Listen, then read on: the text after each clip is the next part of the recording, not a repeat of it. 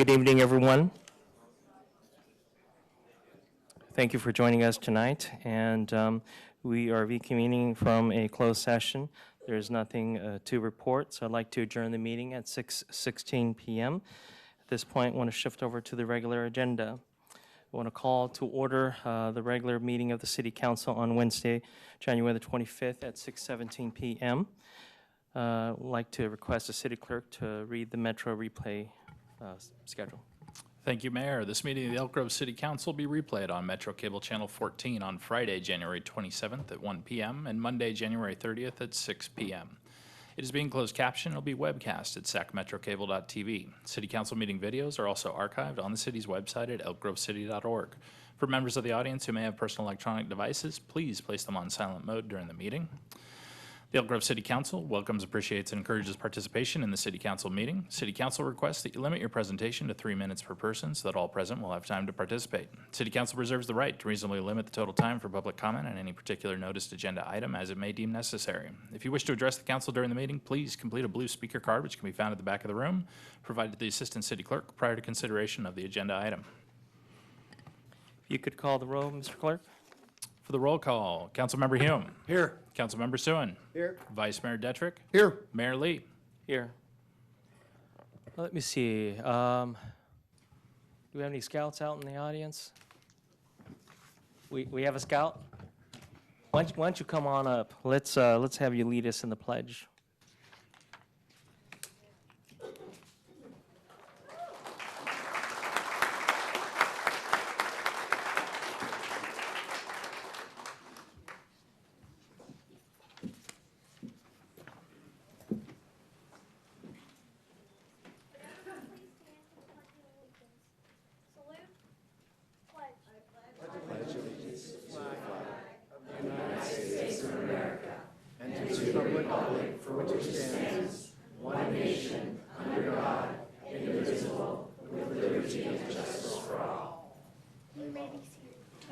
Good job.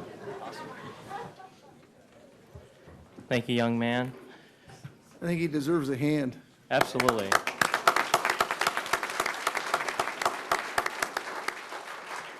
Before the start of City Council meeting, we always like to start with a moment of silence.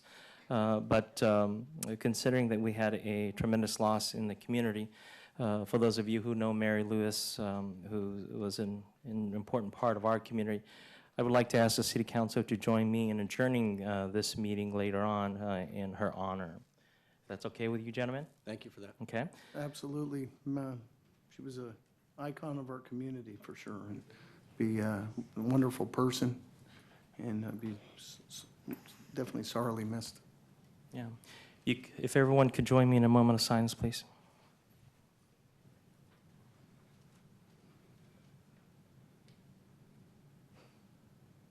Thank you very much. So I have an agenda in front of me. Gentlemen.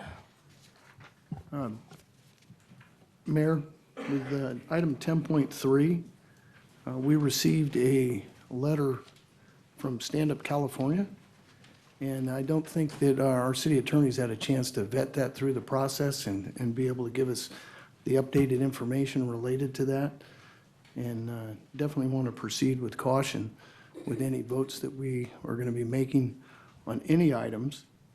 I know there's nothing time sensitive as far as being urgent, and when we do this, we want to do it once and do it right.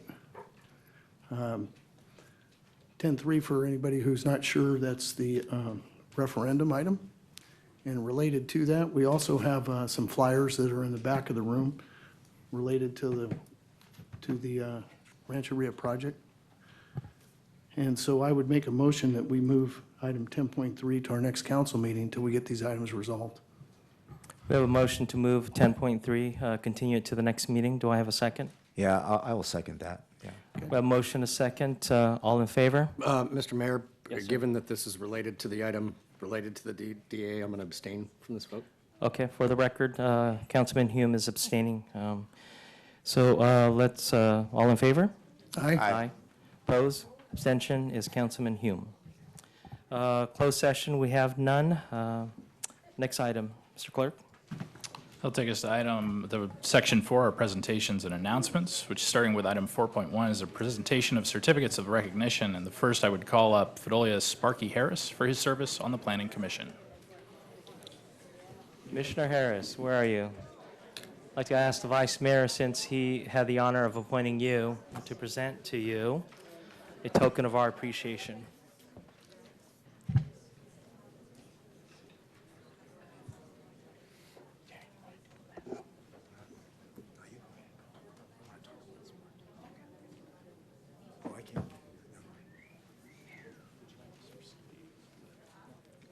Thank you.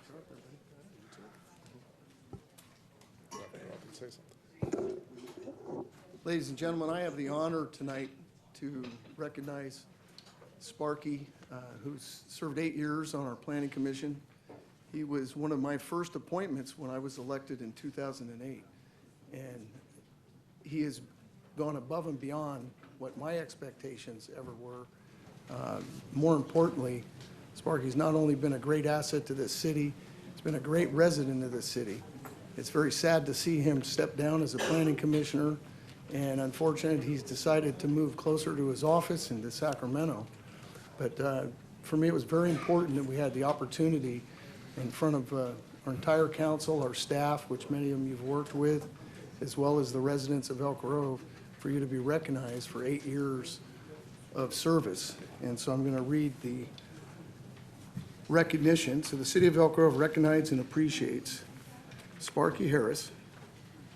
Sparky was selected to serve the Community Planning Commissioner appointed by City Council member Steve Detrick on January 14, 2009, and the City of Elk Grove is privileged to have the benefit from Commissioner Harris's talents and dedication in his positions as Chair, Vice Chair, and Planning Commissioner member. Sparky continues to build a long history of involvement in the local community and shared his expertise and vision to bring Elk Grove community planning to the City of Elk Grove. Serving the highest level of professionalism and integrity, he will be greatly missed. Now therefore be resolved that the City Council of the City of Elk Grove hereby recognizes and celebrates Sparky Harris for his many years of dedicated service on the City of Elk Grove Planning Commission, extending our utmost appreciation and respect and commending Sparky for his exemplary service to his community of Elk Grove, signed by the entire City Council. So more importantly, Sparky has been a friend, and that will never be forgotten. Thank you for everything.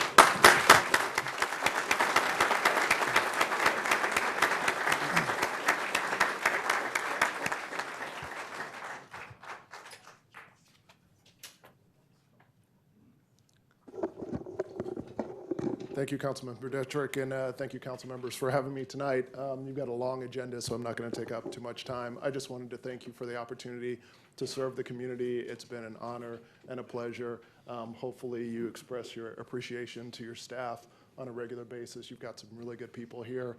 I'm moving away eventually, but I'm not going to be too far. All of you know how to reach me, and I hope I can be of service in other ways as we go on to our next path, all right? Sparky, you know, Sir. you've been a huge asset to this community. We've been friends a long time, but you're also a close neighbor of mine. We're going to miss you. We hope you come on back and visit, and look forward to seeing you around town before you leave. Thank you, sir. Thank you so much. All right. Thank you, Sparky. Appreciate it. Next presentation is for Orlando Fuentes. Orlando, step on up. This is a gentleman who had served on the Multicultural Committee and has done a tremendous job. Orlando, congratulations for being elected to the CSD. We certainly will miss you, and as a token of our appreciation, the City Council has prepared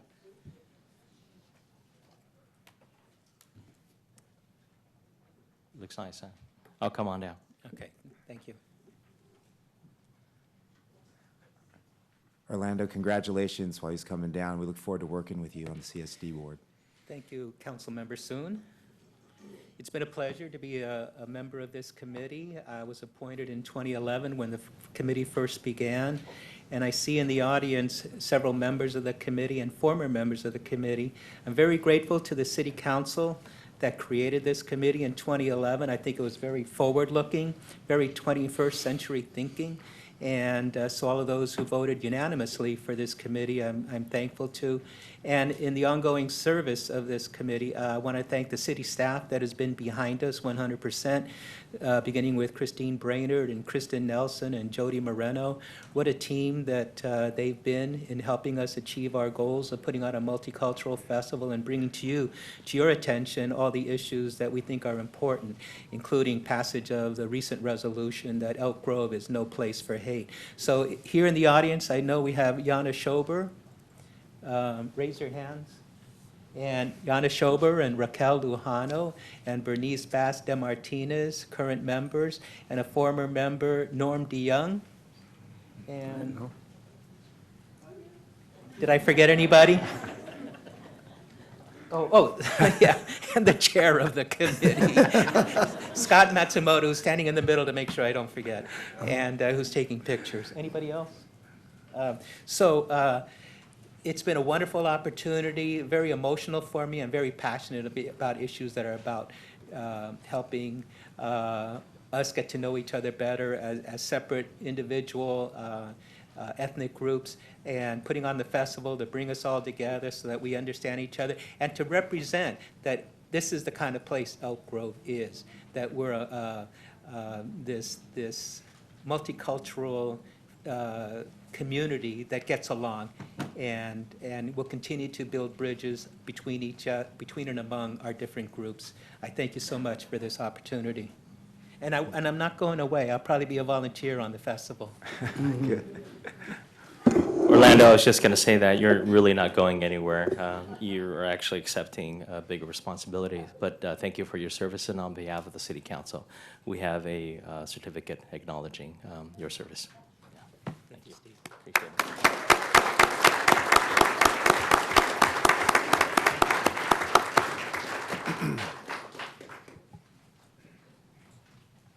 Orlando, thank you for all your service. I've fortunate to be here for your entire term, and we've had many good conversations about the Multicultural Commission and our committee and all the good work that you've done, and to see it grow from a conception to, what was it, close to 10,000 people last year that came through the whole festival? Last 2 years. So phenomenal job, and wish all the best of luck, CSD, but we're not going to let you off the hook. We're going to make sure you're working with us side by side. Okay. Good. Anyone else? Good. Next item. Take us to item 4.2, which is the Youth Commission update.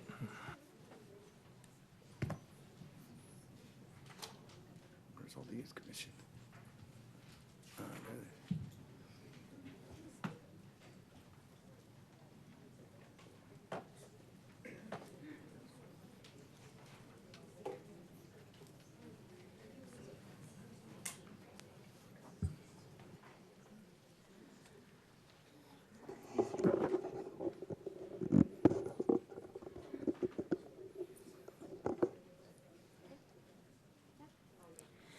Good evening, Mayor and members of the City Council. My name is Carrie Byerline, Executive Administrative Assistant to the City Manager. This is my third year as advisor to the Elk Grove Youth Commission, and I'm truly enjoying working with these youth. I'm completely impressed with their ability to juggle school, sports, outside activities, and still commit so much to the Youth Commission. I'm inspired by all their goals and aspirations. This group has such a passion and so many great ideas they want to try. They're very dedicated to the overall well-being and success of Elk Grove's youth and represent the council and their community professionally. The Youth Commission has prepared a presentation for you tonight on what they are working on so far this year and their ideas for the remainder of the year. And now I'll introduce Nicole. Good evening, youth. Good evening, City Council. My name is Nicole Danuijaya, and I'm the Vice chair of the Elk Grove Youth Commission, and it's my pleasure to welcome us to the City Council meeting. And we're going to be talking about our updates for this year and our plans for the future, and hope you get to know us better. Thanks. I'm going to introduce you to Tamim. Hello, council members. My name is Tamim Nikayin. I've been here before, and I am the current secretary of the Youth Commission, and this is my first year of serving. I'm going to introduce Marianne Samana. Good evening. My name is Marian Samana, and this is my second year on the Youth Commission. Good evening. My name is Philip Gomez, and this is also my first year on the commission. I'd like to introduce Bobby Barker. Good evening, Council. I'm Bobby Barker. This is my second year on the Youth Commission. I'm a co-communications officer, and I'd like to introduce Ivan Castro. Good evening, council members. My name is Ivan Castro, and this is my second year on the Youth Commission.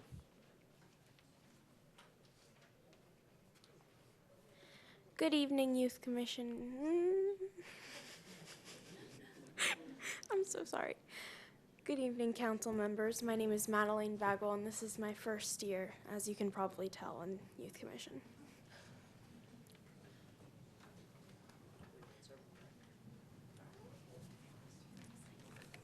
So,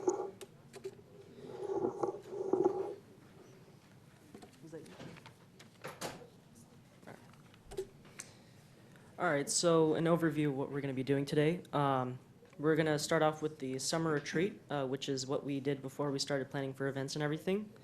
Then we're going to talk about the outreach plans, ways we can get the Youth Commission heard and out there. Shape Your Future event, that is one of the events that we already had. Making an Impact event, that's a future event that we were going to be talking about.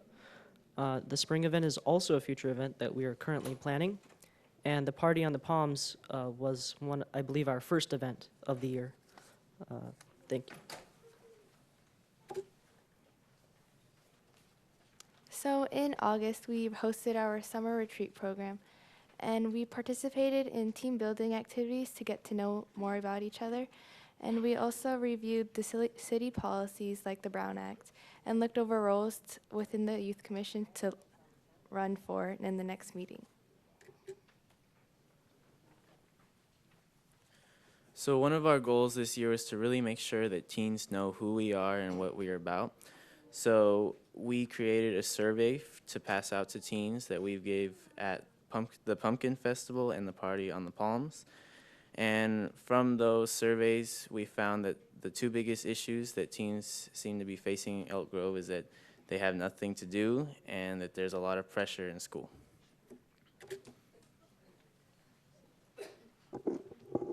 In November, we held our Shape Your Future event, which is for the most part identical to the one we held in April, with pretty much the same speakers.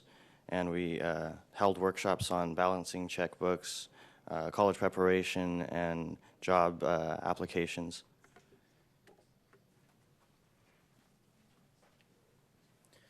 One new event that we have decided to have this year is called Making an Impact. And we're going to be holding it on Saturday, March 11th here in the council chambers. And this event is focused primarily on encouraging teenagers to go out and make an impact in their community and have an impact on those around them and on their own lives, and just showing them different outlets and ways they can go to pursue that. One of the plans we have for our spring event is Elk Grove Sports Mania, which will be held on April 30th, which is a Sunday. We have several locations considered. And what Sports Mania is going to be, it's going to be a series of tournaments in basketball, softball, soccer, and flag football designed to promote exercise and friendly competition among young people in Elk Grove.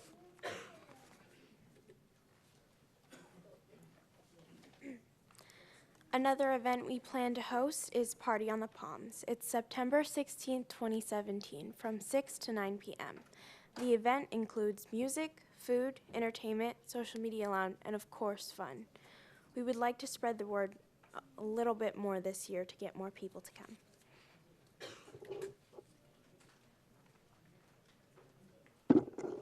Thank you for listening to our updates, and we hope to continue our progress in working for the city here.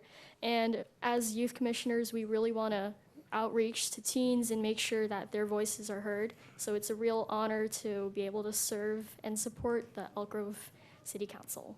Thank you. Thank you, you guys.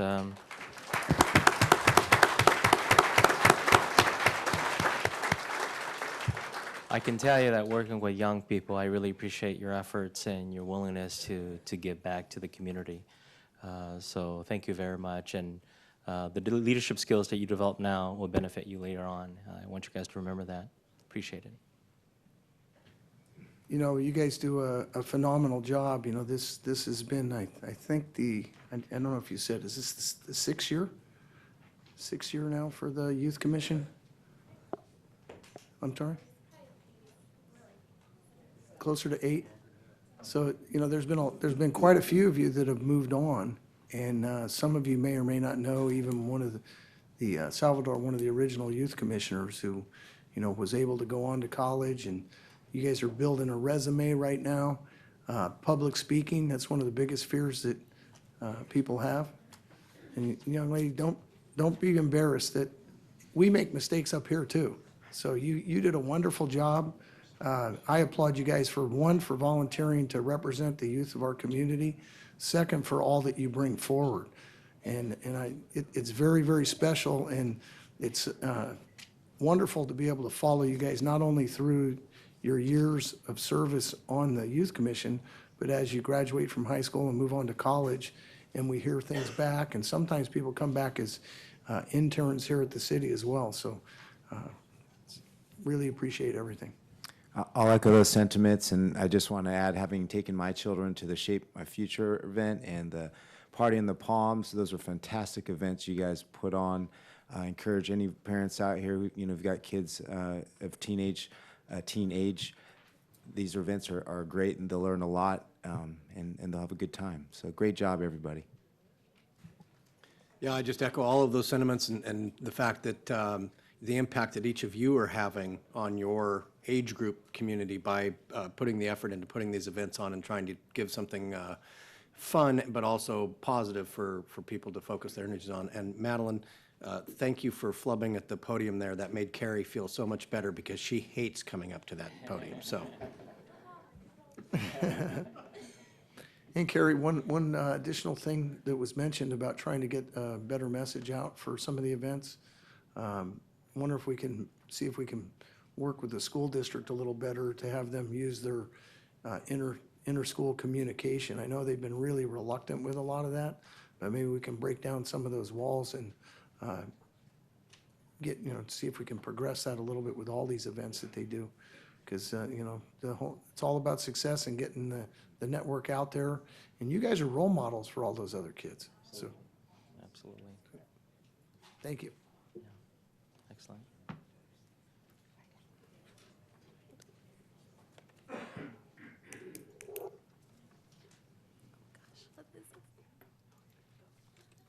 Okay, next item. Take us to section 5, our public comment. Before I open public comment, I just want to make clear for some of the folks that are out there that may be waiting for item 10.3. By the action of the City Council, we did continue that, and so you're free to provide your comments and input during public comment, but we will not be making a decision tonight. As indicated by the Vice Mayor, we've received new information, and we are going to take some time to deliberate with the council at a later date to get the whole picture. Thank you, folks. And at this point, I want to open public comment. And the first speaker that we have is Mr. Paul Lindsay. On deck is Ed Owen.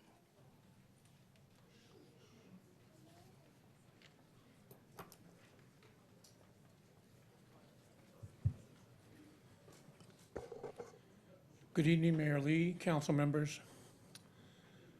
Before I start my comments, isn't this great, a full house? I love it when people come to speak to the city council. Later tonight, you'll consider applicants for the vacancies on the Planning Commission and Multicultural Committee. I stand before you tonight simply to commend all those who have volunteered. Their desire to serve our community should be applauded by everyone in these chambers and in the community at large. Service to one's community brings its own rewards, both for the individual serving and for the community receiving that service. I know you agree. I speak from personal experience on this, feel strongly about it. So I simply say thank you to all those who have applied and are willing to lend their voices and time for the greater good of Elk Grove. I'd also like to remind those who are not selected tonight that they can remain involved in Elk Grove and in making Elk Grove a better place. Go to meetings, speak your minds, get involved with service organizations, be involved. Your involvement can only make us a better community. Thank you. Thank you, Mr. Lindsay. Ed Owen, and then on deck is Lynn Wee.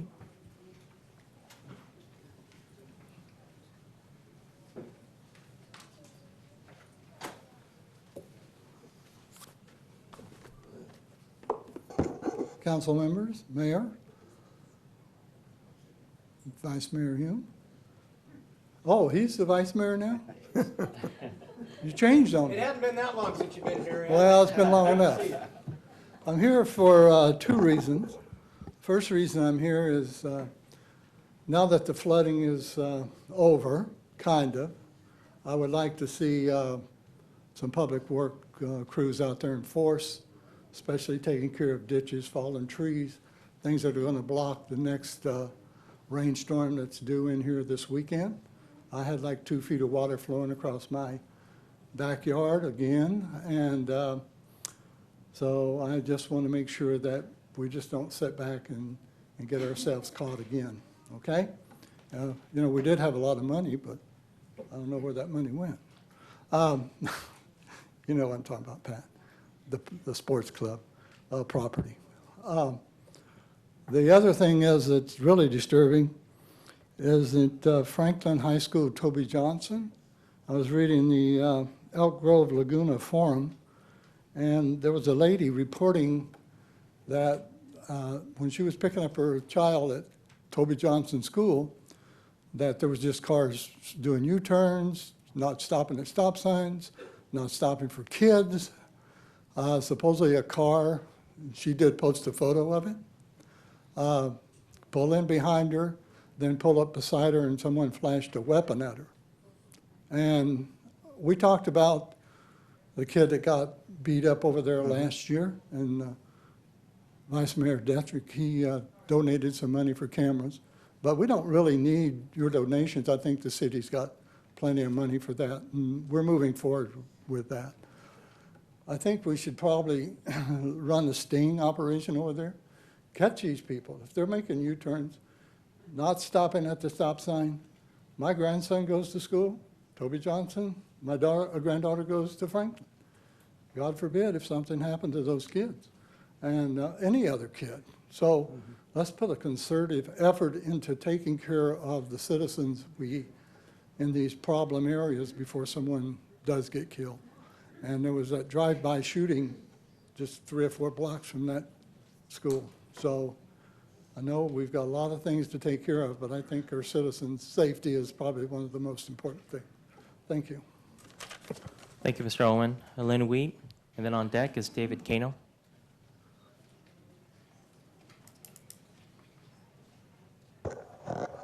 Good evening. The City of Elk Grove provided the information used in the FEIS by the BIA based on the 2003 adopted general plan. The documentation regarding the suburban propane tanks is based on studies completed in 1996 and the court ruling of 2004. I believe the important information missing from the report was the studies referenced were both completed by Dames and Moore, hired by the landowners and subsequently hired by the city. Was the city hiring of Dames and Moore in the best interest of the citizens of Elk Grove? Let me share a comparison here that some might be able to relate to. Suppose you went to your doctor and your doctor recommends that you need a certain procedure, and you decide that before accepting the recommendation that you would reach out for a second opinion to determine if the recommendation is the standard of practice. Would you see your doctor again for the second opinion and expect a different response? Or would you reach out to a doctor outside the practice to determine if the conclusion and recommendation is the standard of practice? So the FEIR summarizes from the city report, the potential for criminal sabotage at Suburban Propane would not create a significant risk to persons at the Lent Ranch project. It did not say there was no risk. We live in a changing world, and should we be ignoring the threats or potential acts of terrorism? I reviewed the adopted Sacramento Hazard Mitigation Plan, of which Elk Grove is a part. The propane tanks were not directly identified or addressed. The document referenced to Elk Grove General Plan's safety element. The safety element included the amendments through 2016. I was looking for how threats of terrorism or risk would be addressed. I could not find any reference to terrorism within that report or a separate hazard mitigation plan. I would assume that after the failed terrorist threat against Suburban Propane in the late 90s, that Elk Grove would proactively devise a plan. However, through my research, I did find the City of Roseville 2011 Multi-Hazardous Mitigation Plan, which identified and addressed terrorism. It is noted in this document that although human-caused hazards are not mandatory, the city officials decided to do so. Do we as a city have a terrorism contingency plan, or do we as a city believe the 2004 court decision is just as relevant today as it was then? Is there still no significant risk? Suburban Propane has an excellent safety record within. However, they cannot control what goes on outside the facility. However, you as our leaders do have the power to control the density and land use around the tanks. I shared at another meeting a report from 2015 which described a viable scenario in Elk Grove and the damage to life and property. Do we as a city want to continue to base our decisions on a 1996 report, or are we willing to seriously consider the new studies and changing times? As mayor and council, this is in your hands. Thank you. Thank you, Ms. Wheat. David Kano, and then on deck is Suzanne Pesci. David? Going once, twice. Suzanne, you're up. On deck will be Aaron Saberi. Good evening, council members and mayor. For the record, my name is Suzanne Pesci, and I'm a domestic well owner in East Elk Grove, resident of Elk Grove for 40 years. And I just wanted to address you because my comments to the BIA on the environmental documents, although I tried to fax them, their fax machine was evidently off, and so therefore my fax was not received. I want to make my comments to you personally then so that they are on the record. It's my personal opinion that the environmental documents for the casino are silent on the issue of tribal sovereignty and water rights. And this is very significant in that it creates tremendous legal issues in trying to develop water management, sustainable groundwater management plans throughout the region, and it ultimately gives the tribes the right to establish and develop their own water supply. There's a misunderstanding, I think, that SCWA, Sacramento County Water Agency, will provide the water to this project.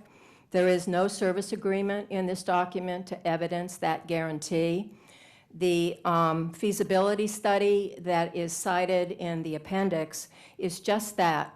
It's a feasibility study. It's a study of possibilities, not even of probabilities, and certainly not a guarantee.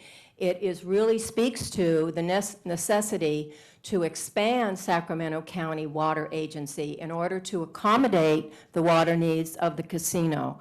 So people that are thinking it's a guarantee of city water, people are calling Sacramento County Water Agency city water. There is not that guarantee. Additionally, if you read a little further in this feasibility study, you will see that there is a section that speaks to the domestic well sites on the casino project site that are and again, this is feasibility, possibility, in order to provide water, should the cost and the feasibility to connect to Sacramento County Water Agency be too great. So there you have the link between the tribe's rights to establish their own water facility and the documents of the environmental that have been passed around. The other thing is that it's very confusing to me and very misleading to the public.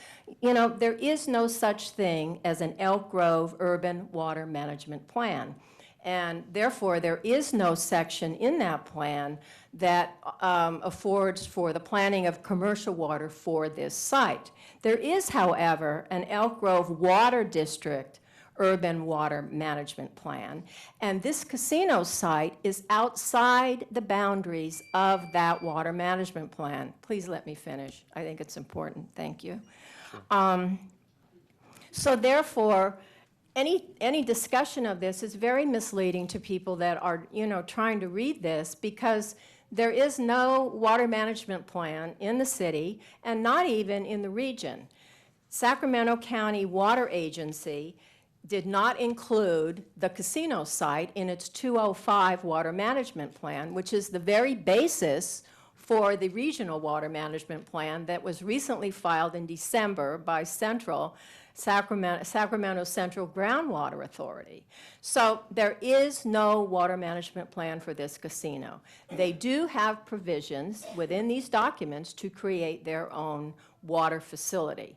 The impact of this has never been discussed in any of these documents, nor with the citizens. The impact of approximately 400,000 gallons per day, not including fire protection water, because there are no letters from the CSD that even speak to fire protection that I could find.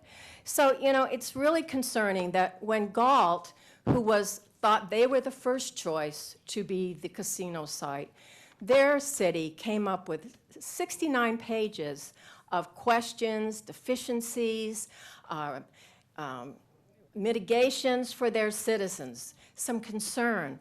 When I read through this, I found 2 interoffice memos between Laura Gill and Christopher Jordan that related to a few very small comments from a few citizens that didn't even know their city was going to be selected as the site. You know, I would say to you that as a city council, you really are not doing your job. Thank you. Meeting. If you could, thank you. Appreciate it. Next speaker is Aaron Saberi. On deck is Norm DeYoung.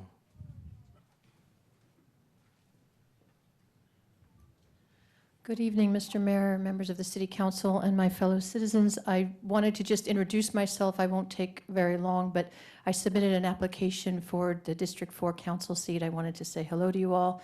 Since we're not having an election, I wanted to take this opportunity to say hello to my fellow citizens. And I know we have time next week for a more formal introduction, but I just wanted to thank you for the process and introduce myself, and I'll be here if anybody afterwards wants to say hello. I'll be available after the meeting. Thank you, ma'am, for joining us. Norm DeYoung. On deck is Mike Manaski.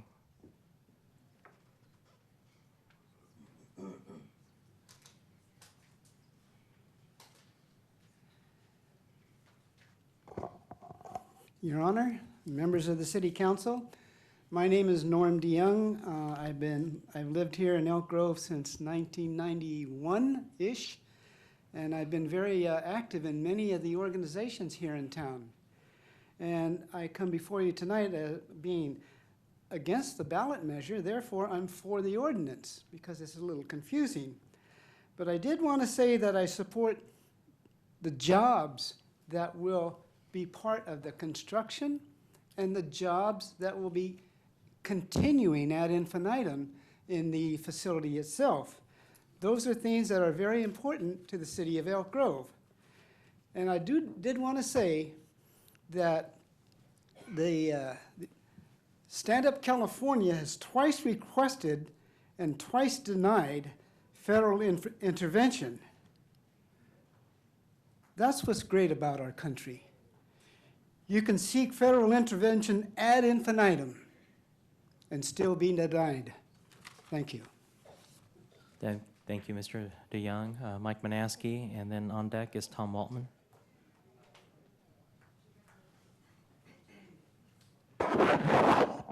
There are only two choices before the council. It can choose to repeal the ordinance allowing a change to the Howard Hughes Mall agreement. And I don't understand how this works exactly. Mr. Hume, did you attend the special meeting at 5 o'clock? Earlier tonight? Yeah.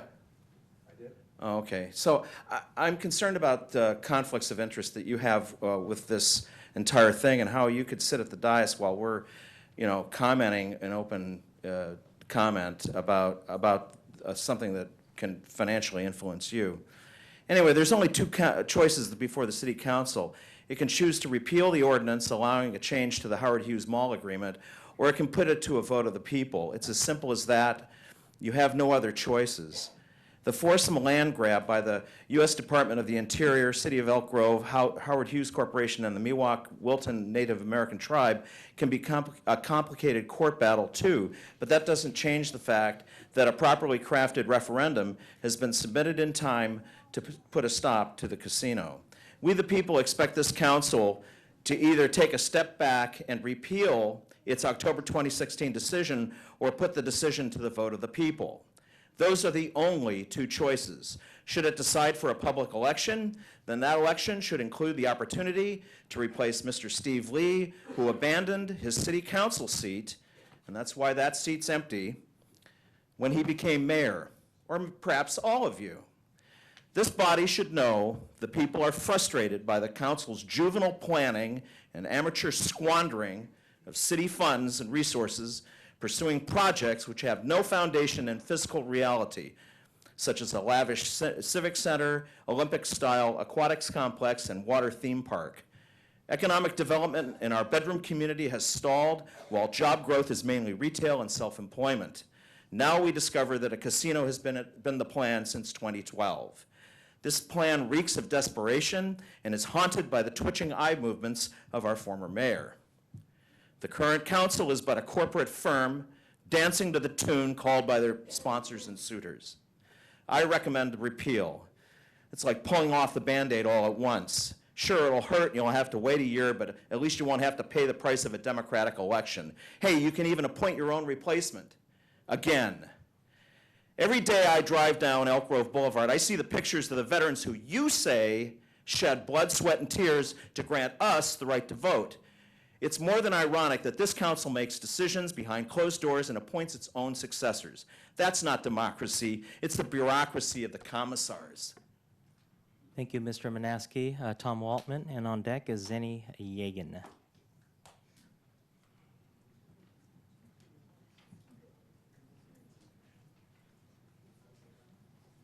Good evening, Mayor Lee, City Council members.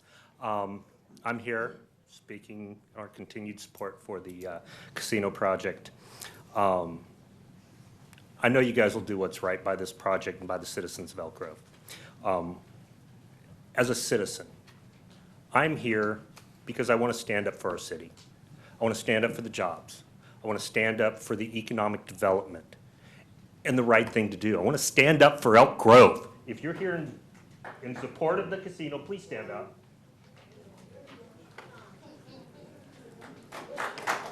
That's your citizens. Okay. I know this is a hard issue for you as a city council and for the citizens. This requires tough decisions about the future of the city. I know that you guys have always done the right thing by the citizens. You've always put the citizens first. And Councilman Hume, I appreciate you always recusing yourself in any vote that has involved the casino and the land use around there. That has been consistent, it's been visible, and it's appreciated. Thank you. Thank you, Mr. Waltman. Zenny Yegan is our next speaker. Hang on. Oh, I'm sorry. Not quite done yet. I also want to thank the people that are here on both sides. I know this isn't easy.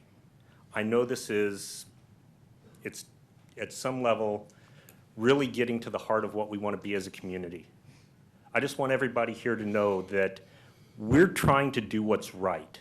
I'm trying to do what's right in speaking. The Indian tribe is trying to do what's right by themselves and by the community. And I know the opponents are trying to do, the opponents, at least the citizens of Elk Grove, on the opposition side, are trying to do what's right in their eyes. I hope we can continue constructive discussion and just do the right thing by the city. Thank you. Thank you, Mr. Waltman. Our next speaker is Zenny Yegan. On deck is Cheryl Smith.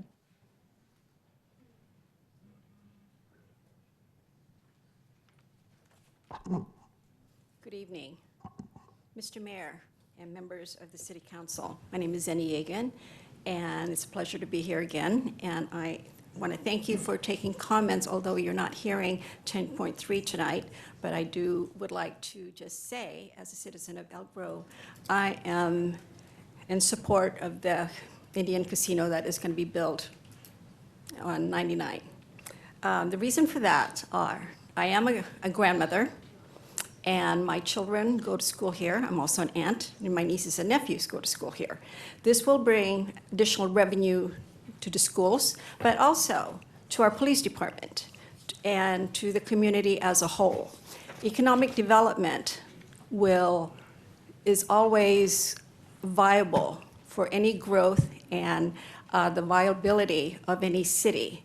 And knowing this, and also for the state of California. So I just want to say, I won't take long, but my last comment is, if La Jolla can have an Indian casino, and so can Santa Rosa, those two big metropolitan towns, why not Elk Grove? Thank you. Thank you, ma'am. Cheryl Smith. And on deck is Jennifer Shia.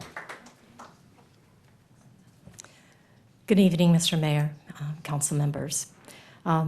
Again, Stand Up for California is not opposed to gaming. We're not an anti-gambling group, but we do like to see both the state and federal processes applied and followed. This council is continuing to claim that it has no land use or approval authority over the land that Howard Hughes Corporation wishes to sell to Boyd Gaming and the Wilton Tribe. This statement is both deceitful and corrupt. The fact that the Planning Commission had to vote to recommend the removal of the development agreement on the shopping mall property, or that this council had to vote to amend the development agreement with an ordinance, or tonight that you were going to vote to schedule an election or repeal the ordinance, evidences that this city council has direct authority over land use of the shopping mall property at this time. As long as the title to the property at the shopping mall site is not in trust, and it is not in trust now, the land remains under the authority of the city. Even Governor Jerry Brown, in his letter of comment on January 10th, noted that the existence of the encumbrance of the land at the shopping mall was still in effect due to the referendum, and validated the city electorate that wanted to vote on this issue. Tonight you have you did have the option tonight until you made the change, but Stand Up for California supports a vote of the people at the time, whichever time you choose. The city has not studied the social cost that would be borne by the local community as a whole, as well as by some of the more vulnerable segments of this community. We note in particular that the target markets for the project is disproportionately senior citizens, approximately 42% of your population, and the Asian community, approximately 46% of your population.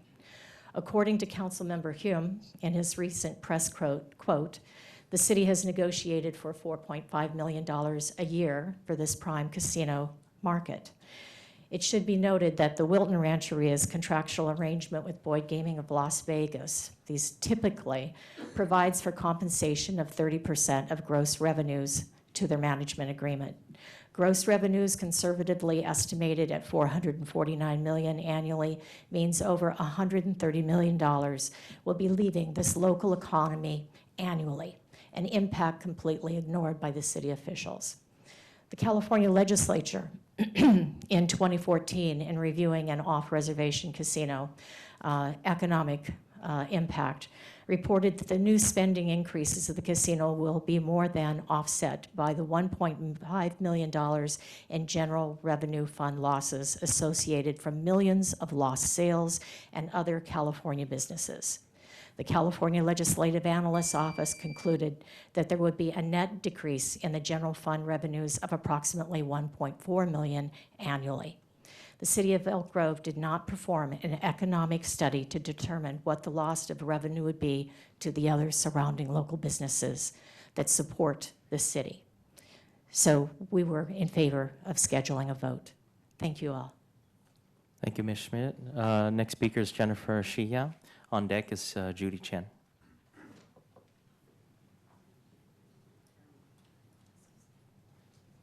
Good evening, everyone. Honorable City Council member, mayors, and thank you for giving me opportunity to speak again.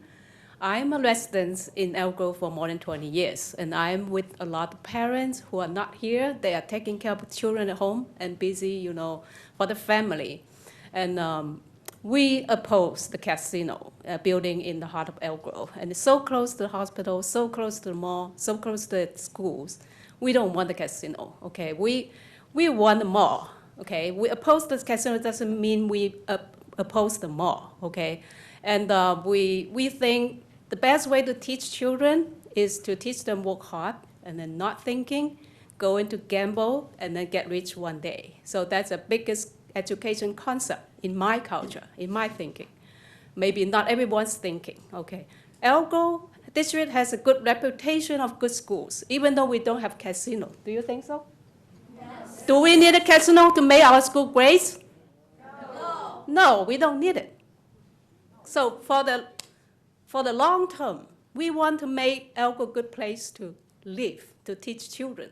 We don't want Elk Grove to be known as a Las Vegas casino city. I will be more proud of Elk Grove if we have ability to attract other business. Like I will be say, oh, when people ask me, what's good about Elk Grove? Oh, we have Apple computers. Oh, we have high-tech company. We have other good business, attract mid or high-paid jobs. Our kid would love to stay in the city after they graduate. I don't want to say our biggest employer here in Elk Grove is a casino, offering jobs for housekeeping, car dealers. We don't want that. So for the long term, for the good sake of the Elk Grove, no casino, please. I know what all of you run for election, become a mayor and city council, you indicate you want to hear what the voters say, what the Elk Grove people want. This is a good chance. Do the election. Let the people live here to decide to have casino or not. Don't you think so? Yes. Right. Thank you for your listening. Thank you, ma'am. Next speaker, Judy Chen. On deck is Tong Sun.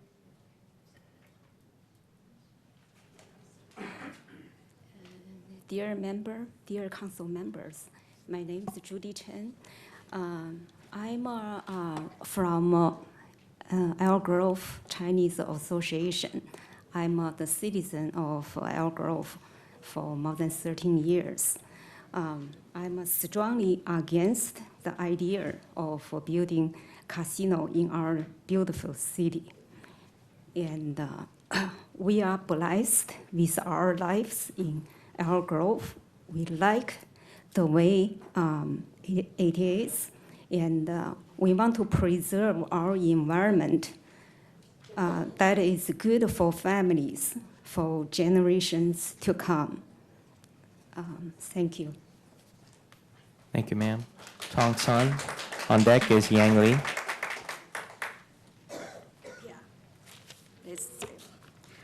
Hi, my name is Tong Sun. I work at Elk Grove School District. I'm representing the Chinese community. We support Stand Up for California. Mayor Lee, your just flyer said big sense for no casino. Just, but under the small side, like as a father. This time, we want you to say no as our mayor. We support allowing citizens to vote on casino. We don't have a responsibility to suffer for a casino. And the last time they said the casino only 10% of the business plan. So they can just replace the 10% for another kind of business type business. So we still can help Indian tribe. We still have more work opportunity where we can they still have the 100% opportunity for the business. So they only remove the casino, change to another other kind of business. So let's make everybody happy. And we can work together, make Elk Grove getting better and greater. Thank you. Thank you, ma'am. Next speaker is Yang Lee. On deck is Pamela Herger.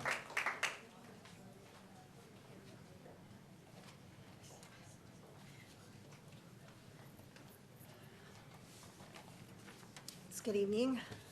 Just wanted to say briefly that 14,800 citizens signed a petition for a referendum in order to vote on whether or not a mega casino should be allowed to be developed at the shopping mall.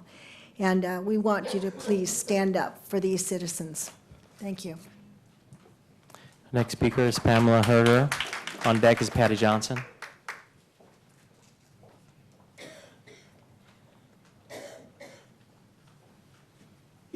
That was Pam Herger, and I'm Patty Johnson. Thank you for correcting. I don't know what happened there. Mayor Lee and City Council members, I'm here again to advocate for holding the referendum at the next scheduled election. I've been part of the casino opposition for quite a while now, and I've been reflecting on the group of us who constitute the opposition. We are a varied group, and our motivations differ somewhat from person to person, but we are firm in our belief that the casino is bad for Elk Grove, and also that the City Council has not dealt with the citizens of Elk Grove in the transparent manner that we expect. This morning, I watched the online video of the presentations made to the City Council meeting on January 11th. I was very proud of my fellow opposition speakers and the many apposite points they made. Cheryl Smith pointed out that a casino and a shopping mall operate on different business models. A mall tries to attract families to a wholesome environment, while a casino tries to attract those who wish to gamble and perhaps indulge in other vices. Lisa Jimenez brought up the issue of the divisions among the Wilton Rancheria members, some of whom have been forced out of the tribe and are opposed with us to the casino. And there are issues of problems with, anyhow. Carolyn Sores did a fabulous job of taking the vague thread of more crime and giving us startling and specific statistics from other casinos in our region. She pointed out about how fussy you have been about heights and setbacks of other developments, but are enthusiastic about the hotel and casino, which will tower over everything around them. Suzanne Pesci asked if we wanted to have the new boomtown in our area. Ashley Titus told us that in her 12 years of experience dealing with the election code, she had never seen a requirement that a referendum be conducted by a special election, so we can make the referendum part of our next scheduled election. Joe Teixeira pointed out that the casino will be the first impression of Elk Grove for anyone driving north on Highway 99. He described the casino, and I concur with him, as a blight and not an amenity. Bridget Barnes traced the timeline of the casino back into 2014, when the first plans were being made, and showed us the complete lack of transparency by the City Council during most of the time this project was being developed. Stephanie Kraft pointed out that Elk Grove is the second city in the country in attracting millennial homebuyers due to its affordability and its quality of life. Kareem said he specifically chose Elk Grove because it was family-oriented, would never have chosen a location with a casino. Omar pointed out that this is the City Council's opportunity for a do-over. We don't have to be stuck with a casino. He encouraged the City Council to take a long-term view of the casino and its associated liabilities instead of a short-term view of short-term benefits. Sharon Lyons reminded us that while the pro-casino people may be blaming the referendum on outside influences, they are themselves heavily influenced by Boyd Gaming and outside developers and contractors. In conclusion, I'd like to say that during the time I have spent working on this campaign, my opinion that the casino is a horrible idea has been confirmed over and over again. I am marching arm in arm in solidarity with those I referenced earlier, determined to see that this casino is never built. Thank you, ma'am. Our next speaker is Carolyn Soares. On deck is Yang Lee. Carolyn Soares, come on down.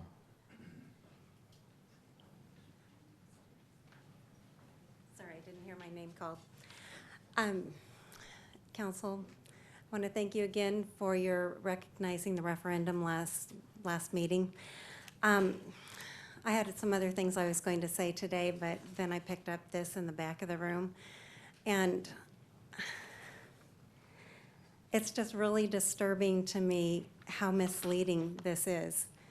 Either you don't know the facts or you're trying to totally mislead the public, and I personally don't appreciate it, and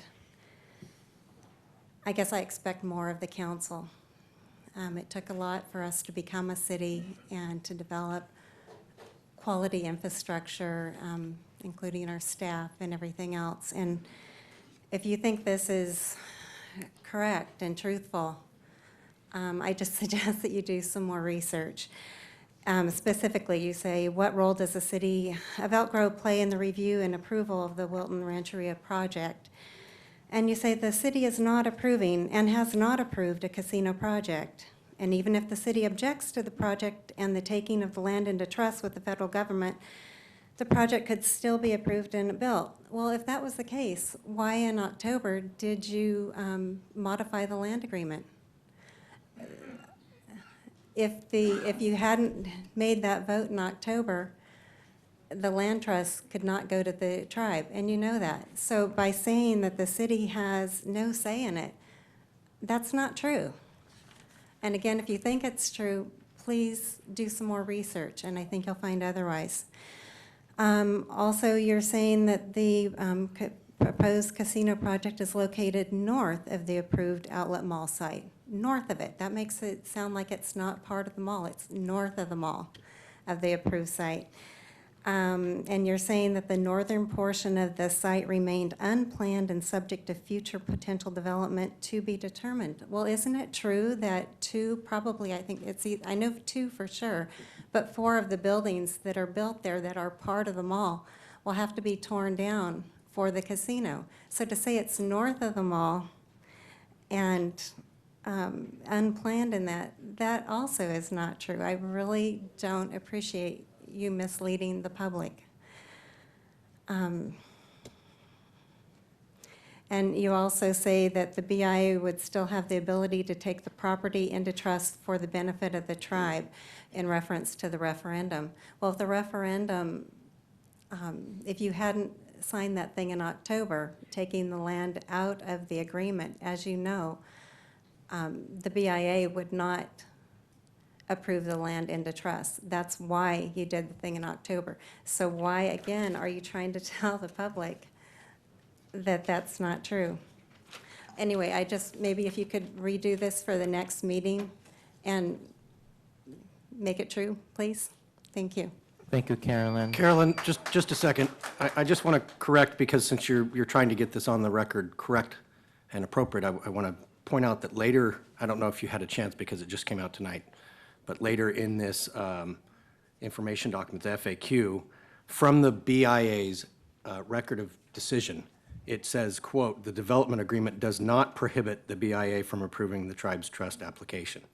That's what we're trying to work through at this point with our city attorney and the folks back in Washington. So if you want us to be correct, you need to be correct too. I would double check that yourself, though. Our next speaker is Deidre Moore. On deck is Lisa Jimenez. Ms. Moore? Going once, twice. Lisa Jimenez. Lisa?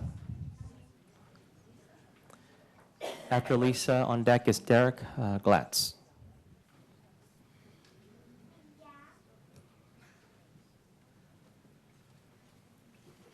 Good evening, everyone. The Wilton Rancheria has a contentious and troubled history with respect of membership disputes since restoration. The dramatic growth in membership since restoration from approximately 300 to over 700 people. Let me say my name is Lisa Jimenez. I am the Historical Families of Wilton Rancheria disenrolled members. I'm the chairwoman. Okay, and even more dramatic, the shift in composition, including the disenrollment of much of the original membership at the time of restoration and the wholesale migration of members of the Ione Band of Miwok Indians to membership of the Rancheria, including many relatives of the regional director, Amy Dutschke, necessarily calls into question the basis for the restoration and the BIA administration's of initial membership eligibility determination. Sorry, I'm not a speaker. These issues must be resolved before any final decision is made to acquire any land for trust and to benefit the Rancheria. Since restoration in 2009, the Rancheria membership has increased to, from approximately 300 to over 700 members. Many of the Rancheria's new members come from the Ione Band of Miwok Indians, including many relatives. I already got into that. These members now occupy the leadership within the Rancheria. Many of the Rancheria's original members at restoration have since been disenrolled, are including the descendants of Alec Blue, whose family's history is central to the Rancheria. And independently, establishing the historical connection to the original Rancheria. Alec Blue is my great-great-grandfather. The cemetery of the Wilton Rancheria tribe that they're claiming is established for historical lands that they're using, and that is strictly falsehood. The cemetery was established for the Blue family and the Blue family only. We have historians in the lobby, they could tell you. This current leadership of the tribe has no historical ties to the Elk Grove area and falls under the guidelines of Alec Blue, which they claim him now, but we got terminated using him. And but now they want it when it's referenced to a casino.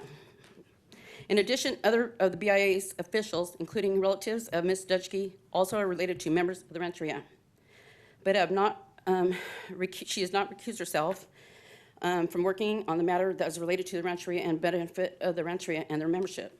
These facts raise serious questions about the current membership within the tribe and calls into doubt the continuity of the current Wilton Rancheria as a historic and sovereign tribal entity. These questions must be resolved before any land is taken into trust for the current Wilton Rancheria. Thank you. Thank you, ma'am. Derek Glantz. On deck is Damon Conklin. Hello, council members. My name is Derek Glantz. I was with just rolled from Wilton Rancheria, and I'm part of the Historic Families of Wilton Rancheria. I'm the vice chairman. My families were part of the original families of the Wilton Rancheria.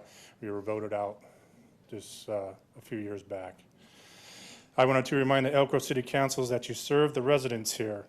It seems that you are not familiar with the process of working with the tribes, as your comments to the press indicate that this project is not subject to state laws. I want to emphasize that it currently is, and not until officially in trust do state laws become exempt, except for Public Law 280. The BIA and decision not place the Wilton land into trust, much more to do. The record of decision does not place the Wilton gaming land into trust. The record of decision is only a decision by the Obama administration that allows land in trust when the title becomes available and is marketable. The deed is not available because a development agreement between the city of Elk Grove and the Howard Hughes Corporation, the mall owner site, restricts use of the site to a retail mall. Major legal and policy obstacles remain before title may be delivered to the U.S. Since 2012, trust land may be taken out of trust if the record of decision was faulty. Title is not available for conveyance. The existing development agreement is approved by the Elk Grove City Ordinance for retail mall use, and the city ordinance are subject to local referendum. The development agreement must be amended to allow for different use, the casino use, and thus city approval is required and is not in trust, and still state law applies. The city took action to amend the development agreement in order to change the agreement, geographically scope, and permit the casino use, but it failed to satisfy the California Environmental Quality Act because it relied on a 2001 environmental document done by the mall developer. The environmental document was older than 5 years old and does not trigger the CEQA. The RODA and ROD litigation, there has been no federal registration notice to this ROD could be withdrawn by the Trump administration. Santa for California, Perkins Coie, SUIC PC has already filed suit and did before the ROD was issued. Parties have up to 6 years after land in the trust or the ROD to file the suit, which makes financeability hard to hear until all challenges issues are final and 6 years passes. The ROD is flawed. NEPA, the additional 3-story parking structure without the public comment. Change of preferred alternative for the casino without public comment. The environmental documents, process arguments, regional director, member Wilton, and conflicts ethic issues have been raised. Curricular question, the BIA must show that the tribe was under federal jurisdiction prior to 1934 remain intact in 1934. Restored lands, tribe must show that You the can wrap restored it up, tribe please, must sir. be restored lands. Pardon me? If you could wrap it up, please. Okay. Wilton needs a gaming ordinance which National Indian Gaming Commission approval. This is still not done. The National Indian Gaming Commission must review Boyd Agreement and approve it, and this still is not done. Thank you for your time. Thank you, sir. Our next speaker is Damon Conklin. Mr. Conklin.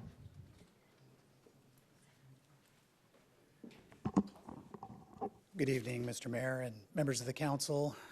Just on behalf of the Sacramento Regional Builders Exchange, we wanted to at least comment on item 10.3 and applaud the recent ruling in granting Wilton Rancheria's petition for land. We congratulate Chairman Hitchcock and the Wilton members on this wonderful news.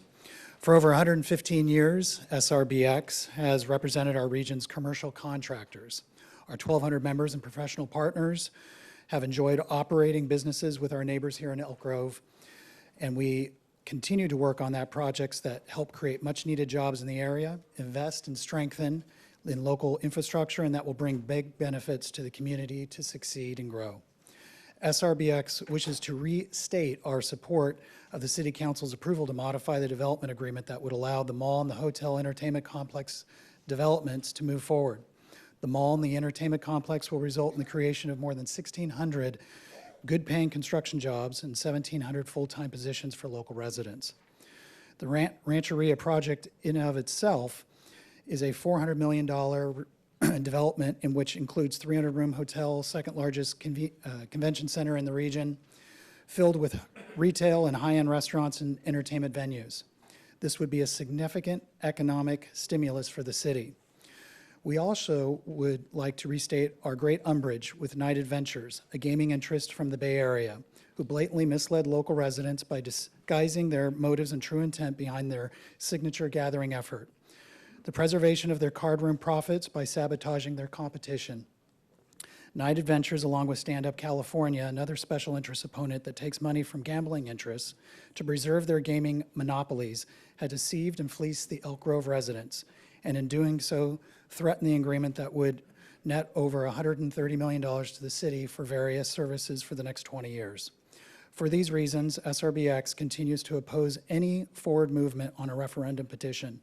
The deceitful efforts by these two special interests to manipulate Elk Grove's economic development for their own economic gain and agendas must be rebuffed. Please do not let this charade continue against the city. Thank you. Thank you, sir. Our next speaker is Deidre Moore.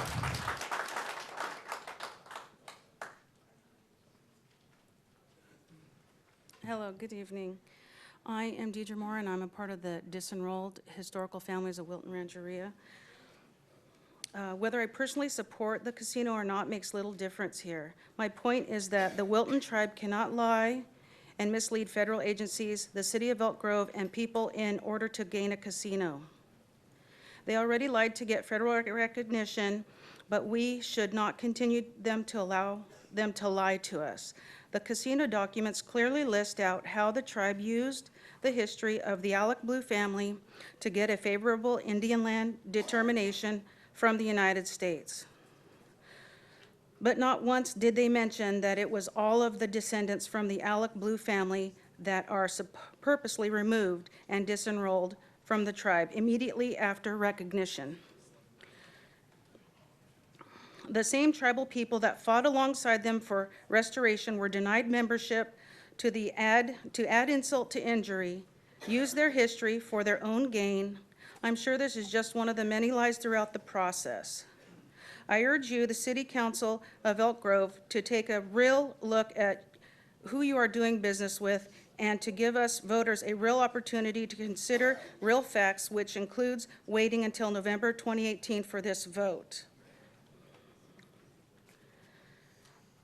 First, who really benefits from rushing a vote this summer? The cost for more voters may not have all the right information yet. The only benefit is to Wilton Rancheria so that it can continue to steamroll this through our community. There are changes happening in the federal government, and things may change here as well. We should see where these claims against Wilton Rancheria go. The second consideration is for all the people that the Wilton tribe has hurt, harmed, lied to during this process. Wilton tribe should not be rewarded for its misconduct. Let the people determine the issue on its own terms and their own schedule in November 2018. Thank you. Thank you, ma'am. Noah Painter is the next speaker, and then on deck is Julian Canite. Mayor and Council, thank you. Noah Painter, I'm here on behalf of IBEW Local 340 to speak in support of the project tonight. Just want to express we really want to support the project. We think it's a great project. We think it's going to bring quality jobs and economic development to the community. In any way we can be helpful to make sure that this project moves forward, we will be. And we hope that the council takes this into consideration and takes into consideration that they have certain authorities and certain powers that they're granted, but also have to respect the fact that the federal government has their powers and authorities, and that everybody is able to make their decisions. Thank you. I just want to be short and sweet on this this item. Thank you. Thank you, Mr. Painter. Julian Canite. Mr. Canite, come on up. Canite. On deck is Kevin Ferreira. Sir, if you wanted to speak, why don't you go ahead and fill out a blue form? Good evening, Mayor, Council members. Julian Canetti, Public Policy Director with the Sacramento Asian Pacific Chamber of Commerce. Again, we wanted to let you know our support of the Council's decision to pass Ordinance 23-2016 back in October. We commend you for your actions there. And opening up the pathway for economic development in the south part of Elk Grove. The passage of that ordinance set up for the creation of jobs and also, more importantly, creation of good-paying construction jobs. And we also want to commend this council for their willingness to hear everybody in regards to their comments on this issue. I mean, it means long nights at council meetings, and I think I've said in the past, there's some city councils in the region that will cut people off and just say, hey, we're taking 30 people and that's it. So we commend you for saying, let's get everybody in and let's hear their comments. So again, thank you for that on behalf of the citizens of this community. And finally, we are pleased with last week's decision by the Federal Bureau of Indian Affairs and what that means in creating a lasting benefits, not only for the tribe, the city, but the entire region. And the fact that after years without a home, the Wilton Rancheria tribe will finally have the land to call home. Thank you. Thank you, sir. Kevin Ferreira. On deck is Stan Sala.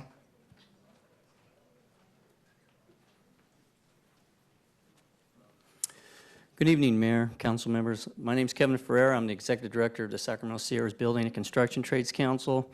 We're in full support of this project. We want to help the council and the Wilton Rancheria to expedite this project. We are in full support of the career opportunities that this project will provide, not only with the casino hotel, but also with the full development around the mall and elsewhere in the city.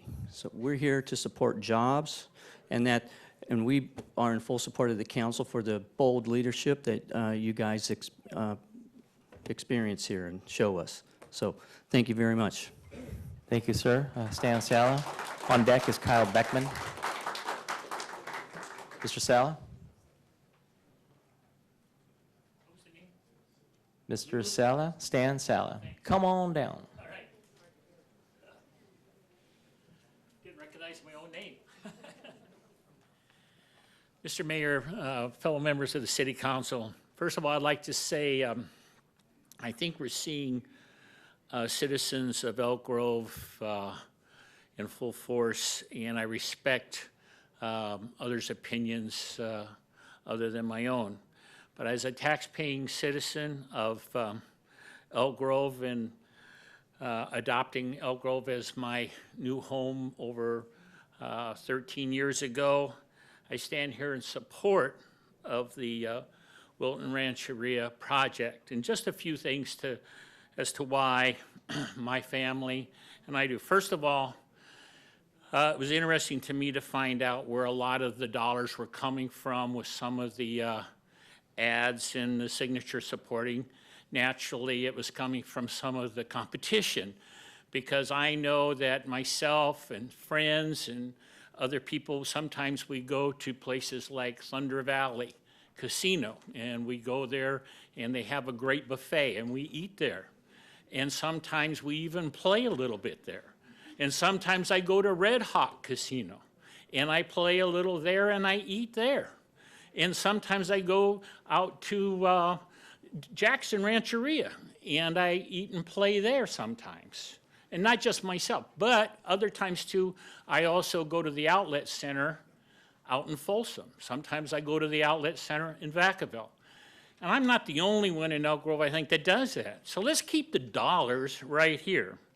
The other day I was watching a TV ad, and the TV ad was showing, Elk Grove, do you want your roads to look like this? And it showed traffic jam going to the casino or something like that. And I almost laughed, because it wasn't that many years ago that my wife and I had made North San Diego County our home. We had just returned from Washington, D.C., where my wife was actively lobbying for Head Start program and First Five. Once the casinos in North San Diego County got rolling, guess what we were able to witness? We witnessed kids that never had an opportunity to work on computers. All of a sudden, casinos had put up money to build these classrooms and put new computers in there. We saw things like internet access start to happen for some of these kids that never had access in their homes for internet and classrooms getting internet access. We saw dollars flowing into food banks that feed hungry people, a lot of it coming from these casinos that were ready to badmouth. You'd be surprised at the benefits that some of these things play out. There are jobs to be had. I think personally we stand at the threshold of a great opportunity for Elk Grove. We have a forlorn-looking piece of property sitting out there, and I think if we were to get on board behind this and turn this into one of the greatest showpieces of an outlet mall and let the casino be the game changer here and get this thing rolling. I say let's call Hughes and let's get those people signing leases and get tenants filled out there, and let's make this the pride of Elk Grove. Thank you for your time. Thank you, sir. Our next speaker is Kyle Beckman. Mr. Beckman.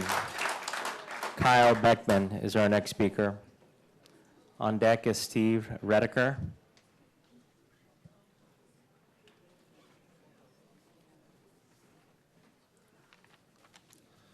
Good evening, Mayor Lee and council members. So I wrote this before you guys tabled 10.3, so I appreciate everybody on city council for taking that off and to discuss that further at length later. However, I'll just read you what I wrote earlier. As I spoke last time, urging the city council to repeal the referendum based on the concern of the good-paying jobs including union jobs, that hang in the balance of the City Council's decision to hold a special election, new developments have come to light, both politically and legally, that change the circumstances as to whether it is prudent to have a special election or to wait until developments have run their course. These developments to determine the Wilton Rancheria Casino's fate are the outcome of a pending federal court decision, as well as the legal mechanisms that have been activated by the Bureau of Indian Affairs' decision to take the 36 acres north of the planned mall into trust for the Wilton Rancheria tribe. It is incumbent on the City Council to take this new information into consideration and to consult further with the City Attorney as to what are the proper actions to take with these new developments. Some key facts are as follows, as you know. As the City Council is aware, there was a case filed with the District of Columbia District Court, Stand Up for California versus United States Department of the Interior. The last filing was a minute order in which the court denied Stand Up for California's motion for a preliminary injunction without prejudice, allowing them to refile. In the last hours of the Obama administration, the Bureau of Indian Affairs, an agency under the Department of the Interior, had made the decision to take the 36 acres north of the Elk Grove Mall site into trust for the Wilton Rancheria tribe. This decision has not been published in the record as of yet, and there is a hold by the Trump administration for any regulatory decisions until the final administration transition has been made. That said, the decision by the Bureau of Indian Affairs, a federal decision, should not be overlooked and dismissed as if no action has been taken. Such decisions still fall under the Supremacy Clause of Article 6 of the Constitution and within the purview of the doctrine of preemption, which creates special areas of distinction for matters of tribal interest in cases like this one before the court and before the City Council now. When there is a conflict of laws or decisions between those actions taken by the federal government and state or local governments, federal actions govern as federal law is the supreme law of the land. Additionally, when tribal interests are involved, courts historically side with those federal actions that support tribal interests. And I'm paraphrasing Everglades Ecolodge versus Seminole Tribe. So, in conclusion, before the City Council decides today, which I thank you for not, before the City Council decides today to hold a special election, which would cost taxpayers up to and beyond $500,000 for a matter that might be decided by the federal government in mere days, rendering the special election moot, I urge the City Council to table this item, as you have, for the next scheduled City Council meeting and consult with the City Attorney on these new developments. Thank you for your time. Thank you, Mr. Beckman. The next speaker is Steve Redeker. Steve Redeker. On deck is Curtin Stout. Good evening, gentlemen. It's pretty obvious that the City Council may, I'm not a lawyer, may have some actual control over whether this casino was built or not. I'm not here to argue any of that. But I do appeal to you for the social welfare and well-being of our community. At previous hearings, you have heard about individuals whose relatives have committed suicide because of bankruptcies and loss of their money. I know personally people who have gone bankrupt because of gambling. The end of the casino is what the city is looking for is economic development and jobs, and those are all good. But I think that we can find a better way to do it than bringing social tragedies into our community. I appeal to you to try to find a better way to do this. The mall and the casino aren't necessarily compatible. I was talking to a bus driver, or someone told me about talking to a bus driver that drives people to another casino. Every time that everybody gets off the bus, he says, "Go buy your lunch now, because you're not going to have any money to buy your lunch later." So the folks are going to come to the casino, they're going to spend their money, lose it, and they won't have any money to spend at the mall. I mean, the bus driver, he knows. So I think I appeal to you on a personal level, Steve, Lee as a father.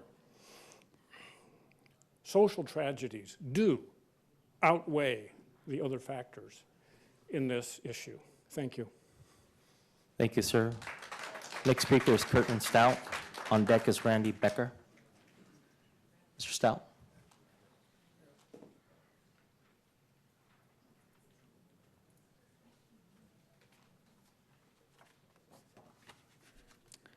I hope this mic is tall enough for me. Can you hear me okay? All right, thank you. Thank you for taking these comments. I'm Kirtland Stout. I've been a resident here for about 16 years. I think most of you know me. I've run for public office several times. In 2014, I was awarded the City of Elk Grove Mayor Volunteer Award for my service in the community. I'm against the construction of a casino in Elk Grove. I'm especially against the federal and city governments promoting a casino for several reasons that I'll bring out here. And I think there's a strong business case and a moral case against a casino. First, establishing a casino doesn't increase the amount of money in the community. It just distributes it differently. Every dollar spent in the casino is a dollar not spent elsewhere. The more money invested in a casino, the less will be invested in the rest of the local community. Local business profits stay here and build the community. Casino profits will leave the community and go to Boyd Gaming in Las Vegas. What we've been hearing a lot of tonight is the moneyed interests. And the construction job figures are, I believe, wildly inflated. They're only temporary jobs anyway. It's been posted in local community forums lately that casino jobs pay really well in the $18 an hour range. Be that as it may, the money has to come from somewhere, and it comes from the incredible profits that accrue in the casino, and those profits are won from the extraordinary losses of the patrons in the gambling establishment. Hundreds of stores and other businesses in the area will suffer if a casino operates in Elk Grove or anywhere nearby. Money that would have been spent on new clothing, restaurant meals, or saved for retirement will instead be spent gambling. And it's certainly not about some people's idea that I've heard many times that we should be, quote, returning the land to the Indians, unquote. Not a way I would have put it, but that's what's been on the public forums. That argument assumes that Native Americans, honorable people, are incapable of making a living in other than casino operations. I can think of no more racist statement than to claim that Native Americans can't make a living doing something else.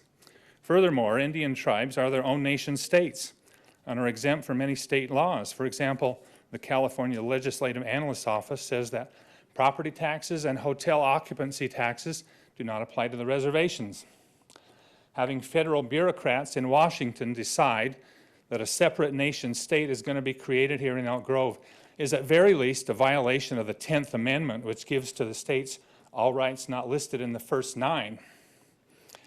And moving forward without hearing the voice of the people violates everything the government of the people is supposed to be about. Okay, let's see. California voters originally approved the Establishment Clause, the establishment of casinos that would be built and operated far from populated areas. Am I the only person who has noticed that casinos have been getting ever closer to the cities? And this is about the Native Americans. What will a casino built in the city do to those farther out? They will suffer. Now, I will return another time. That was the foundation for the business case. I will respect your time and return another time to make my case for the moral case against this casino. Thank you very much for your time, gentlemen. Thank you, sir. Randy Becker. So our next speaker on deck is Aziza Davis. I get to lower it. My name's Randy Becker. Thank you for taking the time. First, we're talking about a casino, but in reality, we're talking about the development agreement.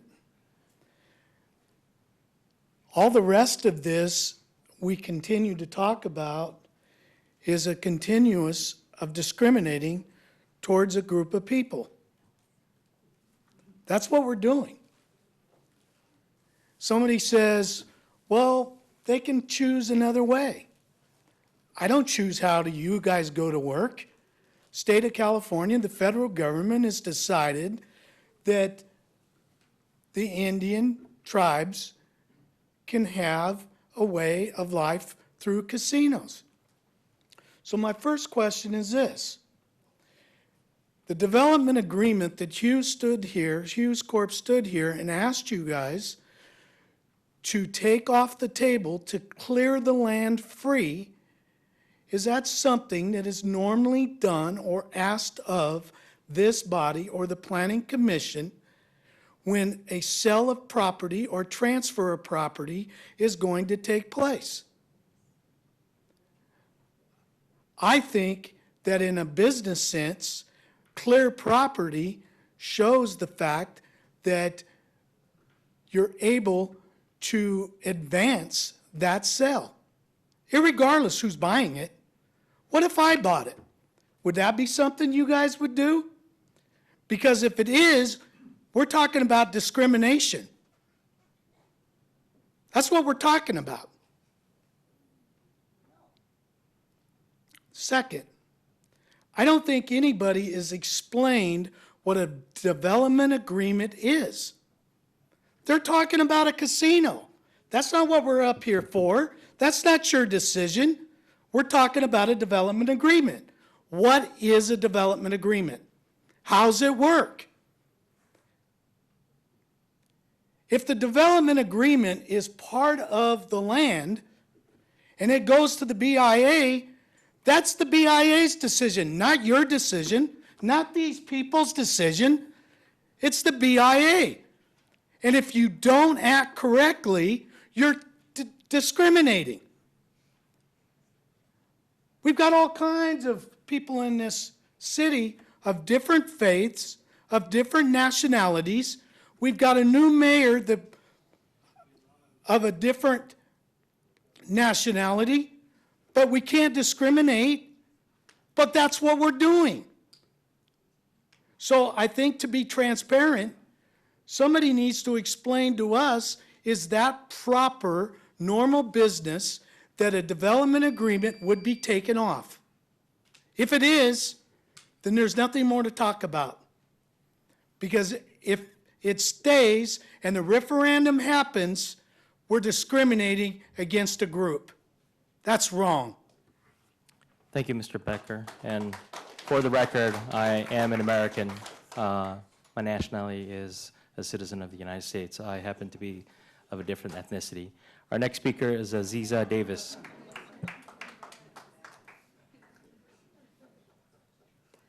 Good evening. My name is Aziza Davis Goins. I'm the president and CEO for the Sacramento Black Chamber of Commerce. And I wanted to spend a moment, not a very long moment because we've heard a lot of this, but to tell you that we celebrate a major victory with the Wilton Rancheria tribe and the Elk Grove community with the BIA approving the record decision for the casino and resort project. We believe the city should stand up for Elk Grove, for jobs, for more city services, for our prosperity, and for our future by continuing to work with the Wilton Rancheria on this project. Second largest convention center in the region, nightlife, concerts, entertainment, jobs, jobs, jobs. 1,600 construction jobs, 1,750 full-time employee positions, and 3,000 direct and indirect jobs. I just want to let you know that the Sacramento Black Chamber of Commerce, while we're not here in Elk Grove, it is part of our region, and we are in support of this effort. Thank you. Thank you, ma'am. Next speaker is Sharon Linus. Sharon? Sharon? There she is. Come on down. On deck is Bill Lucia.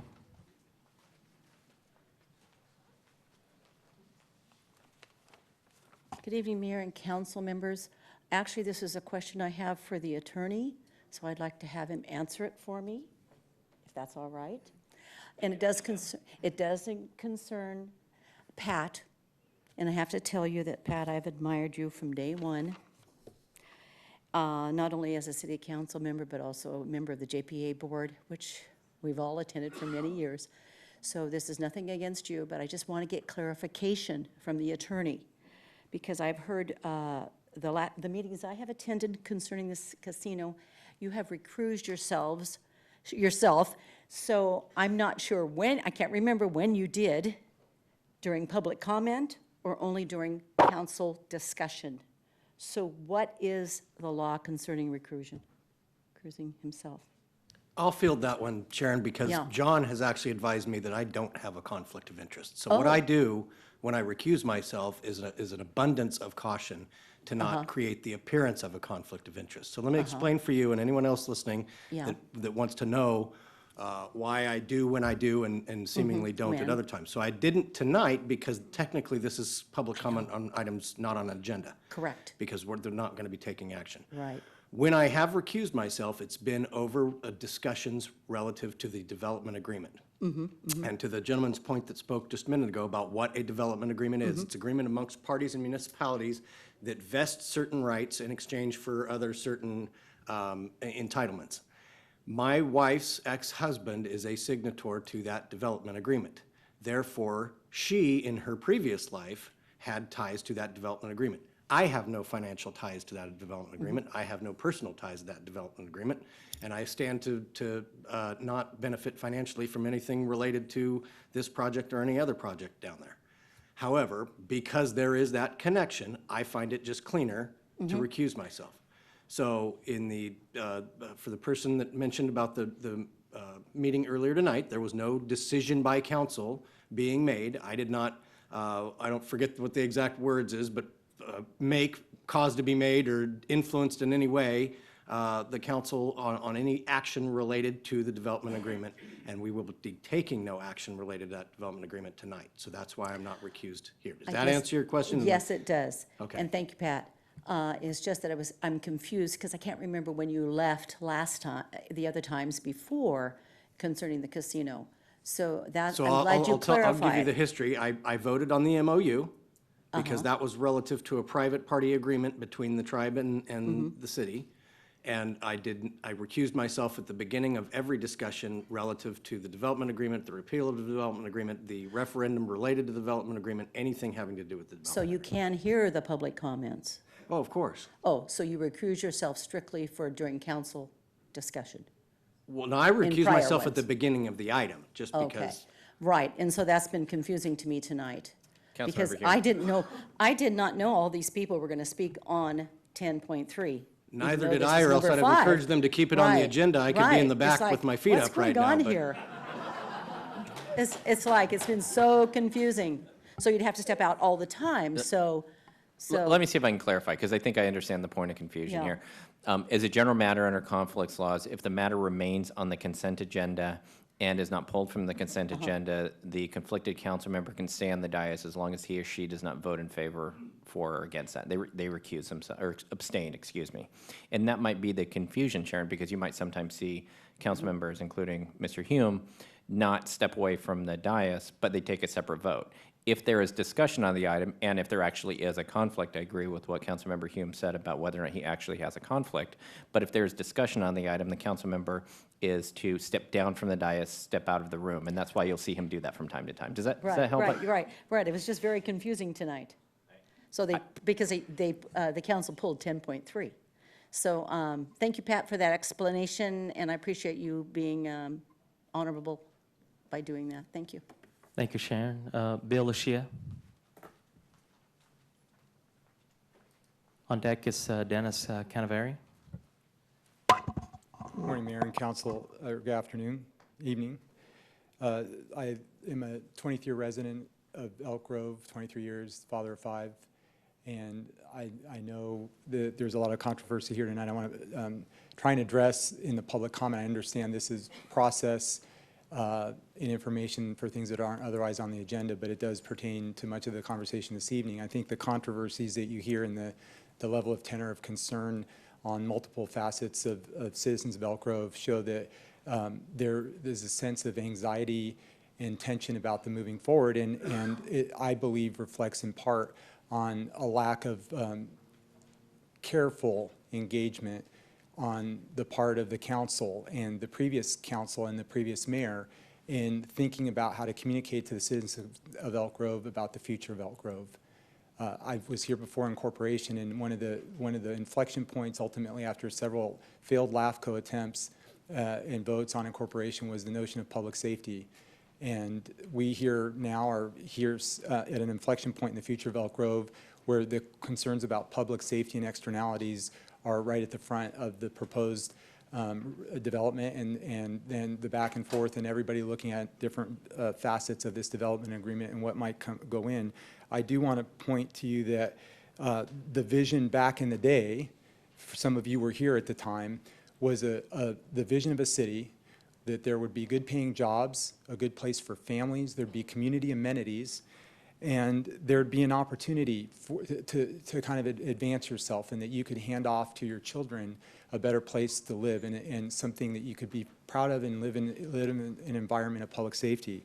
Now we're in an inflection point where it seems like there hasn't been really a robust conversation with the citizens about what is the future and whether there's a defining moment with what's happening in terms of the proposed development with the casino and the mall. And in many ways, unfortunately, I believe that the council and some of the folks that have economic interests are either looking backwards or in some other direction than necessarily what's in the best interest in a careful way, and possibly even actually moving in a more careless way of looking at the past or taking some very great liberty in terms of assumptions. If you just look at the economic assumptions and look at what's on the city's website, the thought that there's more money to come from the casino from what would be proposed in the mall isn't saying a lot. If you go back to the pre-incorporation mall, that was a big deal.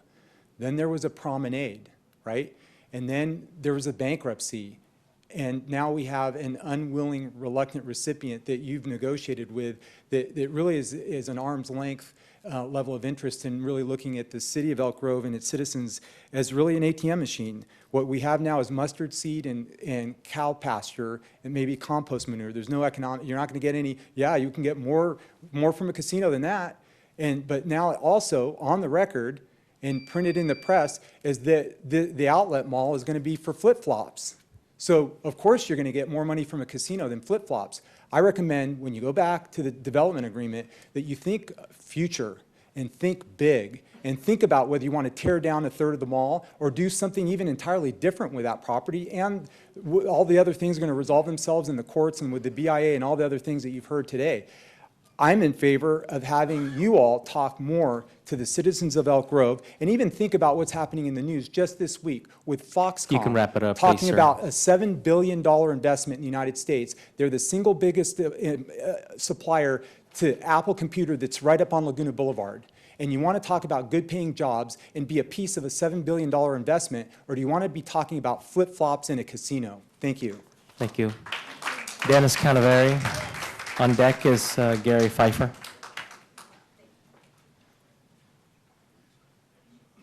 Good evening, Mayor, council members, Dennis Canaveri. I first moved to Elk Grove in 1990. I've been a homeowner there. I'm also a sheet metal worker by trade. We hold our apprentice graduation ceremonies at the Thunder Valley Casino's convention area. I've had dinners in their steakhouse. I've met friends for the buffet breakfast.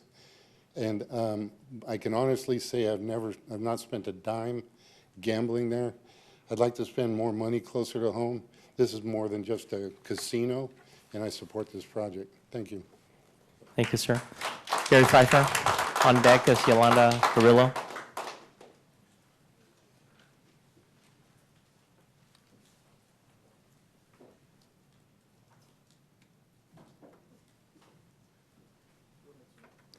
Good evening, Mayor, esteemed council members. My name is Gary Pfeiffer, and as the back of my jacket procures or proclaims, I am a member and a representative of many, many citizens in this community as men and women craft workers. I have had the privilege of representing these people for 20 years. I watched the mall disintegrate in a downturn that was a depression in the construction industry in 2008, 2009 in this community, which left a blight on Highway 99 that's yet to be resolved. I am here tonight to speak in favor of those temporary construction jobs, which I've held for 42 years, managed to send 2 children to college on and purchase several homes. Being a leader is not easy. Decisions are contentious. But part of good leadership is being able to step beyond that and look at truly what the inevitable is in this community. This community is going to grow. If that growth is controlled and well managed, it will benefit all to be. That's your place in this. I stand here tonight and ask you to support this, to continue to put this project online. Thank you for your time. Thank you, sir. Yolanda Carrillo. Yolanda?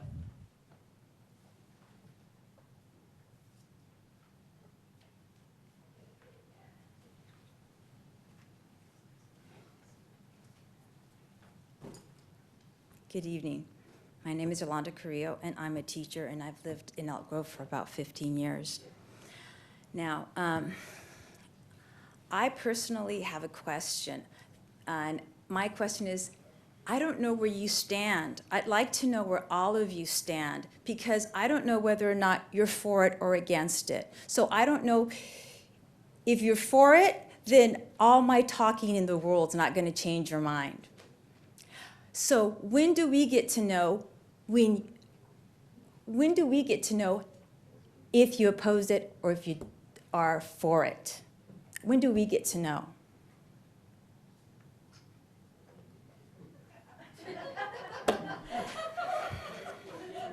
All right. So then I would like maybe some statements going out telling the citizens of Elk Grove whether or not you oppose it or you're for it, because I think that would help us. Another thing that I'd like to mention is that you keep on talking about construction jobs. We have construction jobs all over. There's a school being built right next to my house. There's the Costco that's going to be built over here. I mean, if that casino doesn't get built, we're still going to have jobs, because I'm sure you will find things to build. The casino is not what Elk Grove needs, and the casino is not family-oriented, all right? Family-oriented means parks, schools, libraries, not casinos. Thank you. Thank you, ma'am. Our last speaker is Ed Owen. Now, Mr. Owen already spoke earlier. I want to extend the courtesy to my fellow colleagues to see whether there's a consensus to allow him to speak. Norms and procedure is that you speak 3 minutes and you have your time. Gentlemen? I think it depends if it's the good Ed or the bad Ed. I'll hear both. I'll hear either one. Come on down, Ed. I'm willing to hear you, Ed. All right, come on down, Ed.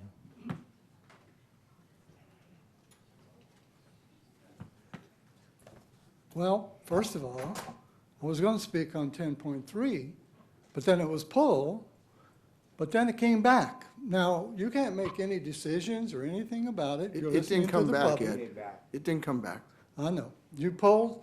What I'm saying is, everybody's talked about it, and so it's kind of almost like it's here, but we can't do anything about it from your standpoint. So what I want to talk about, General Grove signed an agreement, development agreement. I'm almost sure it was General Grove that started the project, the mall. They went broke. Howard Hughes Corporation took it over. There was nothing in the development agreement about a casino. It was going to be some a promenade, big mall, regional mall, and then about 3 years ago, Mr. Putney came from Howard Hughes Corporation and gave us a song and dance about the outlet mall that was going to be built. And at that time, nothing was said about the casino. So now that looks like the mall will never be built, because I don't think they're getting the leases necessary to support the mall. That's just what I'm hearing. And so I think we should probably focus more on pulling the casino out of Elk Grove. There's jobs that can be had. We've got a beautiful senior citizen center that's going to be built, which I'll be joining. And I just want to see a fair shake. So if you would put this to vote to the citizens of Elk Grove, and yes, it'll cost you about 65,000 registered voters, it'll probably cost you $13.84 based on a $900,000 quote that I read. That's not true, I don't think, but put it to a vote. Let the citizens make a decision.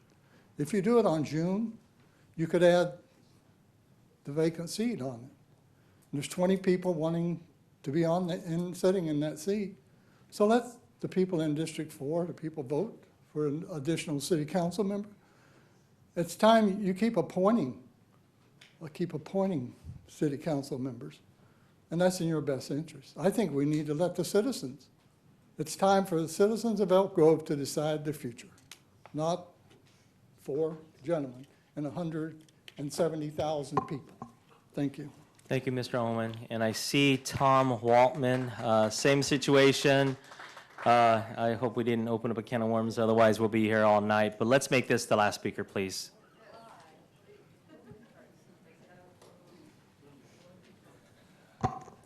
Thank you, Mayor. I really appreciate the consideration.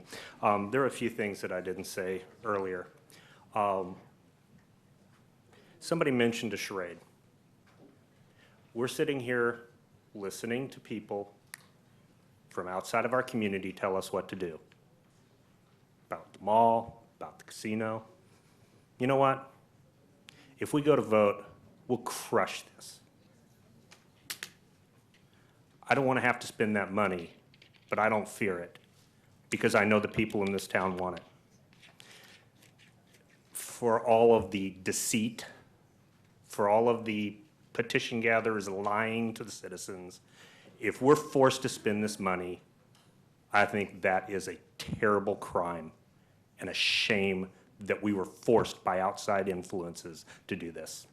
So what I hope happens, what I truly hope happens, is that you guys get together with council, you work out what has to happen, what we have to do in the best interest of the citizens, in the best interest of the city, for the future, and then we get this moving. Whichever way it happens, let's just get it moving. I'm ready to start turning dirt over there. Thank you. Thank you, Mr. Waltman. Seeing that there are no additional speaker, I want to close general public comment. And next item, Mr. Clerk. Mayor? Yes, Before sir. we go on, I wanted to address a couple items. First, Bob, could you address Ed Owen's comment relative to what Public Works is doing relative to creeks and ditches to make sure we don't have any flooding? I'm sure. I mean, we're out on a daily basis. We responded to all the reports of flooding. So we've gone and checked all of our pump stations, all of our outfalls, walked the waterways. In fact, I walked the drainage ditch with Ed over the weekend to take a look at his property, his neighbor's property. So we have crews out there every day looking at the drainage systems and removing trees and obstructions every day. So we're on top of it, and we're ready for the next storm. Okay, perfect. And then as far as anybody relative to whether we go to an election or not, I won't support that. I'm not going to spend $1 million to go to an election. I won't support that. Maybe my colleagues will, but I won't support it. And last, John, if you could address some of the items. Sorry, Sharon, the public comment was already closed. I just wanted one statement to make. I forgot to make it when I was up because I was dealing with the other issue. And Ed and the other gentleman got to speak, so just one comment. Okay, real quick. Real quick, I talked to Jill Levine, who is the county register of voters, and because I worked precincts, I know how it works. She said, yes, you can have an all-mail ballot. They mail the ballot to you, you mail it back. And that will definitely decrease the cost of any election concerning this referendum. Okay, thank you. And she will be getting the numbers to me soon. Perfect. Thank you. If you can get that to Jason. John, if you could address items relative to, that came up that you think are appropriate. Sure, let me see if I can address a couple of points. I think the easiest way to address this, I'm going to quote from some of the language from the Federal Record of Decisions, about a 90-page document without Don't the read all attachment. 90 pages. I'll read all 90 pages if you want. but I wasn't planning on it. I'll just read from a couple of excerpts, so you don't have to take my word for it. This came from the Department of the Interior, Bureau of Indian Affairs. This is publicly available for anyone who would like to review it. And on page 3 of the record of decision, it says, with the issuance of this ROD, record of decision, the Department of the Interior, Bureau of Indian Affairs has determined that it will acquire the site in trust for the tribe for gaming and other purposes. It then goes on for a good 80 or so pages until we get to a point that talks about, and those 80 or so pages deal with environmental impacts and mitigation measures and other sorts of important measures to ensure protection of the community.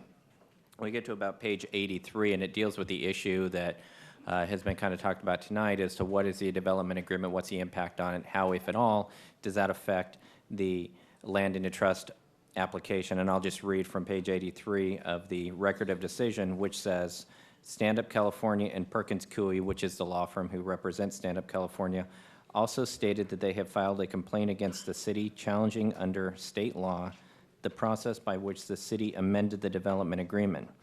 We, Department of the Interior, Bureau of Indian Affairs, we understand that the city has attempted to amend the development agreement, but that efforts are underway to challenge the city's action. Even assuming that the development agreement is ultimately not amended, as noted above, activities on trust land are regulated by the tribe and federal government and not local governments. We have considered the potential for land use conflicts and jurisdictional issues and concluded that the development agreement does not prohibit the department from approving the tribe's trust application under this criterion.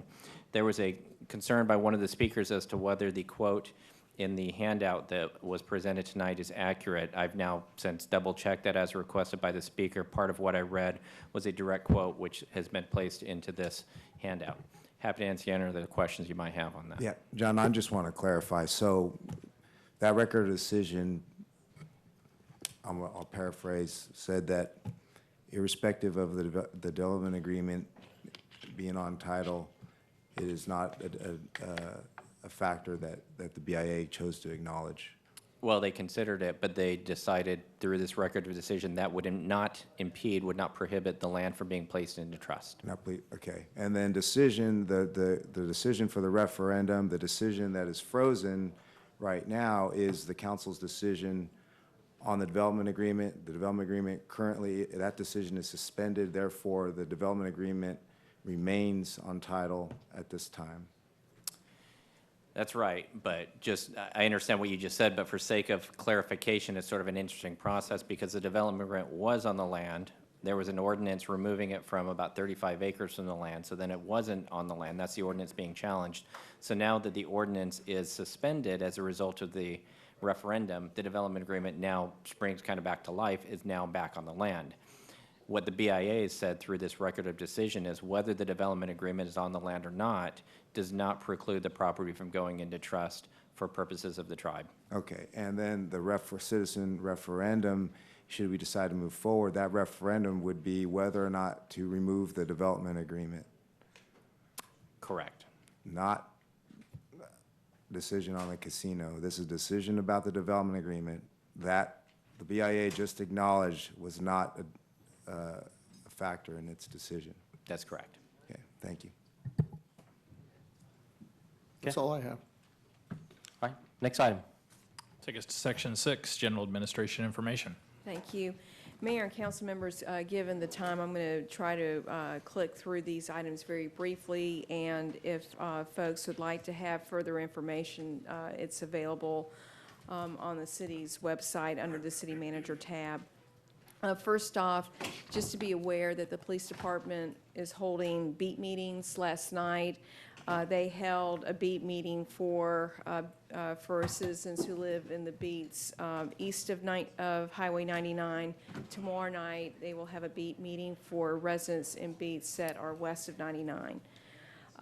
We have opened the application period for city grant programs for the events, for community service grants, and for CDB, for community development block grant funds. There's a technical assistant workshop and public meeting on Thursday, February 9th at 2:30 here in the council chambers for the Community Development Block Grant and Community Service Grant programs. Those two are due on Wednesday, February 22nd. The event sponsorship grant applications are due on March 5th. We are participating with Sacramento Regional Transit in a soft launch of the Connect Card Regional Fare System through our E-Tran system. E-Tran and other regional operators are testing the system.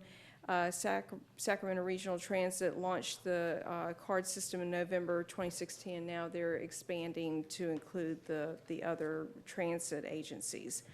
Also, the Economic Development Department, along with Visit Elk Grove and the Elk Grove Chamber, has hired North Star Destination Strategy to develop a brand strategy.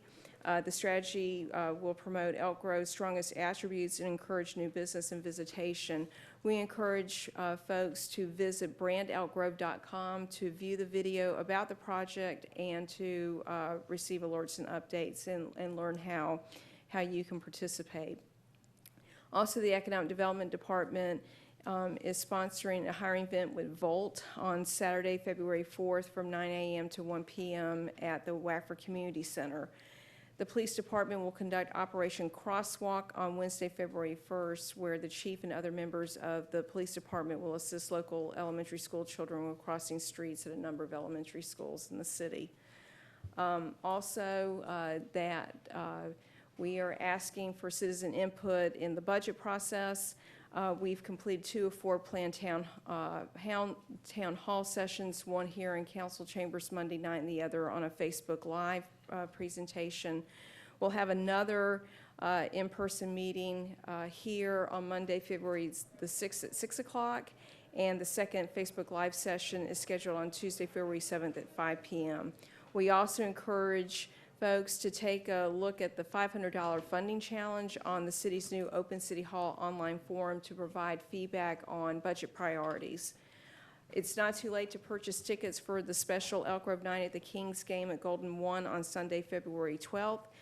Discount tickets benefiting the Elk Grove Food Bank can be purchased through the city's website to watch the Kings take on the New Orleans Pelicans. Also, the Committee for the Arts will be hosting For the Love of Music, a classical concert on Friday, February 10th at the Falls Event Center. The event is sold out, but you can still sign up to be added to the wait list. Moving to the Standing Citywide Initiatives update with regard to the Community Center, Senior Center, Veterans Hall, you'll be reviewing the design later in tonight's agenda. With regard to the Capital Southeast Connector Joint Power Authority, city staff selected a consultant for the Waterman to Mosier section of Grant Line that is now under contract. With regard to the Railroad Avenue property, you'll recall that the council approved the CEQA document and design on January 11th. The Phase 1 plans are being finalized for contract advertisement in early February.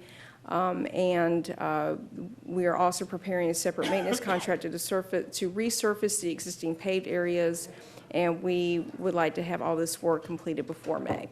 With that, concludes my report for this evening. Okay, any questions? Thank you. No questions? Okay, let's, next item. Take us to Section 8, our consent calendar items. I'm sorry, for Section Miss 7, Seven, council right? comments, reports, and future agenda items. I was cutting ahead of you guys. Section 7. Let's start with Councilman Hume. Yeah, I'll be quick, thank you. Sat in on the afternoon of interviews for the next CEO of Paratransit. At RT, there was nothing of Elk Grove specifics, but I would like to point out that for the first time in a long time, we're about $1.8 million to the good on budget projections as far as money that we thought we were going to be underwater. We actually have not gone that way, and so that was a very positive meeting for a long time, for the first time in a long time. I attended the BEAT meeting on Tuesday, but I won't be able to attend the one on Thursday because I have Paratransit, the regular board meeting, the Connector Joint Powers Authority Friday morning, and the San Joaquin Joint Powers Authority Friday afternoon down in Stockton. And then I will be the MC and auctioneer at that event for the arts on the 10th. So all of you who come out, we get to see some auctioneer in action. And then with respect to future agenda items, it's interesting that Mr. Owen brought this up because I've had the same experience with the folks in front of Elk Grove High School. I don't know if parents just lose their mind, if they get in such a hurry, they figure the laws don't apply to them, but I mean, they're making U-turns straight across the entire Elk Grove Florin from one side of the road to the other. They're going around cars that are stopped to turn into places. It's just madness, and somebody's going to get hurt. So I would like to see us on a regular rotation take some of the schools, Elk Grove High School, I think it was Toby Johnson and Franklin that Mr. Owen mentioned, Joseph Kerr, or any of the others that have these traffic problems, and let's get out there and give some tickets and get these people to get back in line if they can. Because the other thing that I've noticed that is pervasive in our society is the idea of a pedestrian waiting at a crosswalk for some reason seems to be lost on most motorists as to what they're supposed to do. And it just frosts me. I want to carry around rocks in my pockets and throw rocks at them, but I don't think that's a good idea, so I won't do it. But anyway, if we could do that, I think that'd be a good thing. Thank you. Councilman Soon. Yeah, thank you, Mr. Mayor. Attended the League of Cities. I sit on the Transportation and Telecommunications and Public Works Committee. I heard about efforts in the Assembly and Senate to push forward Senate Bill and Assembly Bill 1 for transportation funding, $6 billion annually it would result in, and directly to Elk Grove if under the current writings, SB 1 would result in $5.6 million coming to Elk Grove. We had our SACOG board meeting, and I was honored to be selected as one of the vice chairs for the Land Use and Affordable Housing Committee. Attended the Project Ride Crab Feed with Councilman Detrick. I saw him there. The recent BEAT meeting here at City Hall, and met with Jim Brown regarding the tragedy that we had on Laguna Boulevard recently, where a bicyclist was killed on a dark and bad weather morning. We met with Laura Gill and Bob Murdoch and others, city staff, assistant city manager, Jason Bierman. We met with Jim Brown of the Sacramento Area Bicycle Advocates to see what we could do along Laguna Boulevard to improve the visibility of bicyclists on that corridor. And then finally, I just want to bring folks' attention to a town hall meeting that Congressman Barra will be the guest of honor with special guest Mayor Lee, and I'll be moderating on January 28th here in the City Hall chambers, and from 11:15 to 12:15. So if you ever wanted to engage with Councilman Barra, it'd be a good opportunity. Thank you. Vice Mayor Detrick. Thank you. I want to start out, a couple weeks ago, we had an opportunity to go to Las Vegas to the Carpenters Training Facility. Phenomenal facility. It's their international facility and really shows the value of having people go through an apprenticeship program, as well as they also work with construction managers and superintendents and help people move on in their careers. It's a very, very awesome facility, which I was able to couple with some time down in Vegas with my family. Went to the chamber mixer. I'm going to just go through these real quick. We had our meeting with 2x2 with CSD. The mayor and I sit on that and had some good talks on that, keeping those relationships open, especially related to parks. Went to the BIA installation dinner dance, not dance, but installation dinner. Phenomenal home that was dedicated this past Saturday for the Habitat for Humanity for a veteran named Santiago that they went through, and Shane was very involved with it. Just our community came together. There was over 250 volunteers. Home Depot donated a ton of money. A lot of different sponsors.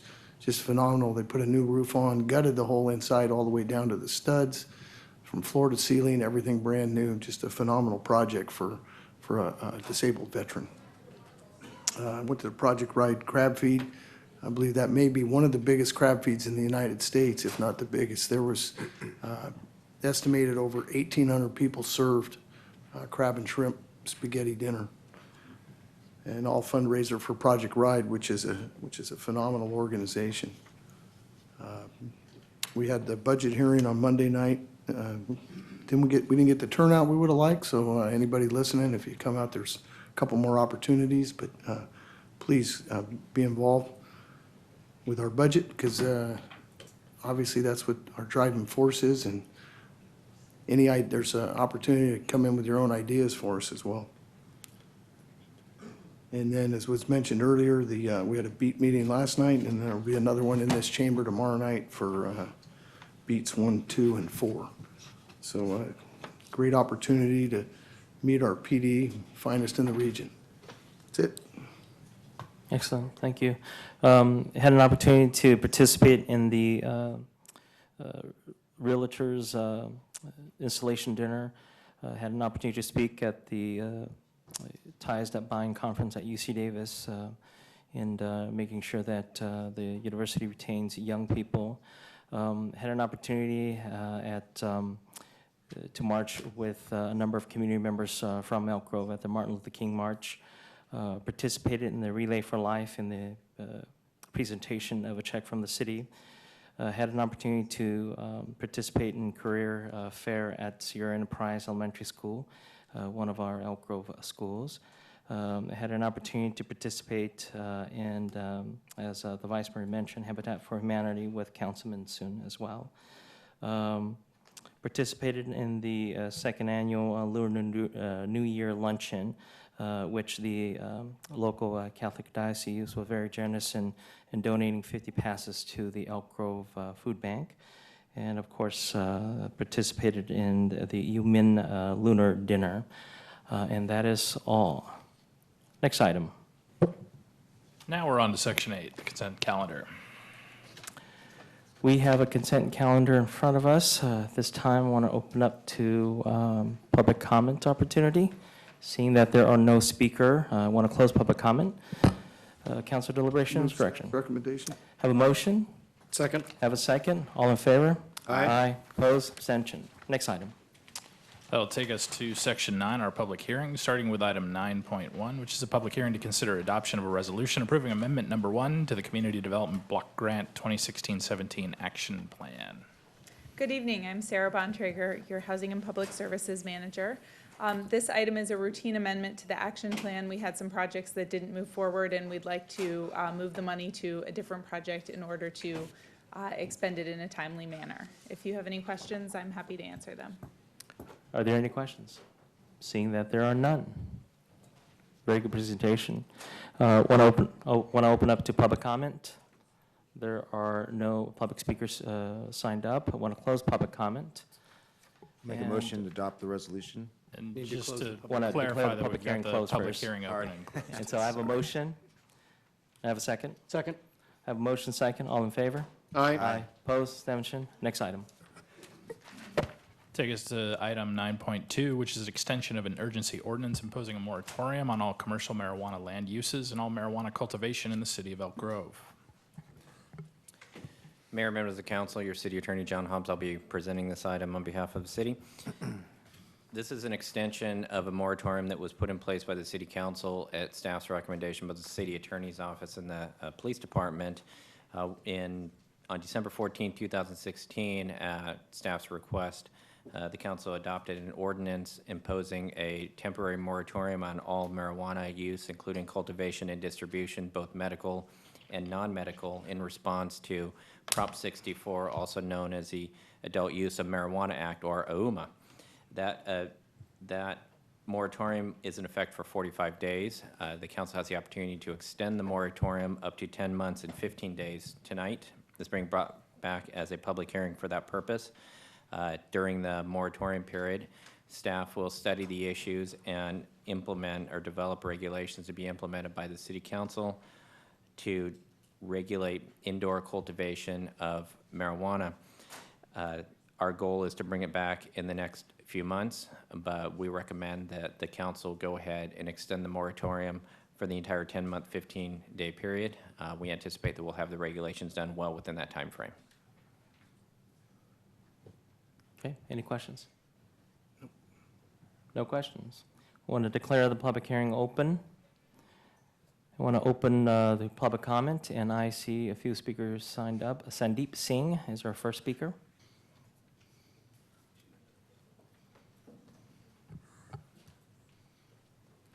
Hello, Mayor Lee, Vice Mayor Detrick, and council members. I just wanted to point out a few things about the moratorium, which I found issue with. The council cites Government Code 65858 for the moratorium, and today is about an extension. Section D of 65858 requires that 10 days prior to the expiration of the interim ordinance or any extension, the legislative body shall issue a written report describing the measures taken to alleviate the conditions which led to the adoption of the ordinance. I don't know if a report was issued 10 days prior to this meeting. However, that brings me to the moratorium in itself. The moratorium cites a few issues that the moratorium seeks to prevent. Those issues being criminal activity, odors, molds, degradation of natural environment, excess energy consumption, indoor electrical fire hazards, and those are not findings that meet the requirement of 65858C, which is that there is a current and imminent threat, and that the approval of additional subdivisions would result in that public health, safety, or welfare issue. So there was no finding or identification of a threat that the moratorium prevents. Instead, what the moratorium seeks to do is to preserve the peace, and that is not a finding or issue or threat. So those are my general concerns with it. Also, my concern is with the study in within reasonable time, which is 65858. The Prop 64 was given official title on January 2nd, so it's been about 6 months and a few days now to have reasonably expected that this would have passed, and to extend it for an entire year or potentially 2 years, which is also a recommendation within the agenda item, seems unreasonable to me, and those are my general concerns. My final issue is that out of the 4 districts, if we looked at Prop 64 and how the residents voted, in District 1, which is Councilmember Swen's district, we had a yes. 9 out of the 16 precincts within that district voted yes. And in District 2, that is the only district, if we were to parse these votes out, that voted no. We had 53% of the voters voting no. Only 3 of the 17 precincts voted yes. In District 3, Mr. Detrick, your district voted yes. 11 out of 14 of your precincts voted in favor of Prop 64. And in District 4, which is, the seat is currently vacant, also voted yes, with 11 out of 16 of its own precincts voting in favor. Now, in total, the city voted down the measure, or Prop 64, by 28 votes. 27 of those votes were overvotes, and 2,517 of those were undervotes. So I just want to point out that the issue is very much tied. There is only a 28-vote difference between yeses and nos within the city, and to issue a moratorium or to prevent cultivation for an entire year seems unreasonable to me, and also seems to be in violation of the other subsections of Government Code 65858. Thank you. Thank you, Mr. Singh. Our next speaker is Jackie McGowan. On deck is Matthew Pappas. Good evening, Council. My name is Jackie McGowan, and I'm a cannabis business licensing consultant. And trust me, I'm not looking to set up any businesses here, because based on public comment, you guys like to tell people how to live their lives. But you cannot tell people that they cannot grow 6 plants. If you've read Proposition 64, you're allowed to ban outdoor cultivation, but you are not allowed to ban indoor cultivation. And so you're actually already in violation of the law by passing that 45-day moratorium. I track statewide regulations on local cannabis ordinances probably closer than anyone else in the state. So I started by tracking the medical regulations, and I watched 90% of the state ban all access. And so now that I'm tracking Proposition 64 bans, I have a short list of cities that I'm looking to sue. And right now, you're in the second position of the 5 that I'm looking at. And if you pass this today, you will move into the number 1 position. You're not. You're violating state law. Also, I don't know that you're getting good advice from your city attorney, which is actually pretty surprising to me because his firm represents a very big client of mine. So I know his firm is very current in local regulations regarding this issue, but it doesn't appear that he is. So I have an attorney. We're prepared to speak after me. I have found a plaintiff, and I'm just letting you know that if you do follow through with this, you will be sued. Thanks. Our next speaker is Matthew Pappas. On deck is Mike Manaski. Mr. Pappas? Once, twice. Mr. Manaski, you are up.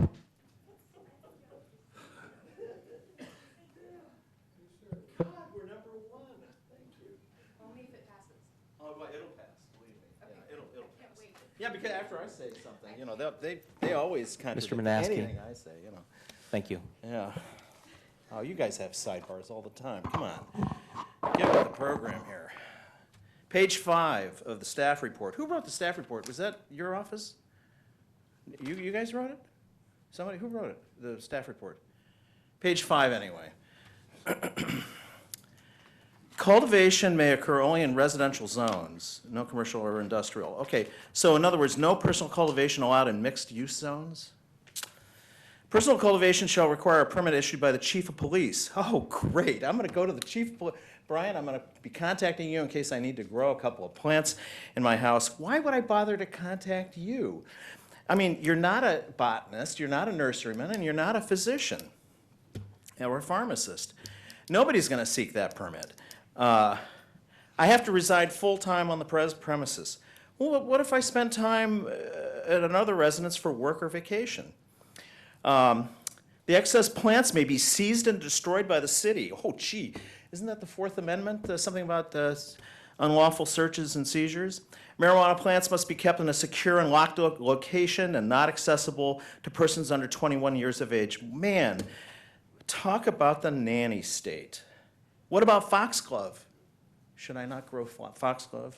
How about willow trees, and the risk of, you know, aspirin poisoning from that? Or clay. I have clay in my front yard. Agave cactus, the mezcal that's present there. Is the city doing the work of the Federal Drug Enforcement Agency for free? It's prohibited, cultivation is prohibited on carpeted surfaces and in kitchens, bathrooms, or bedrooms. Geez, talk about getting into the bedroom.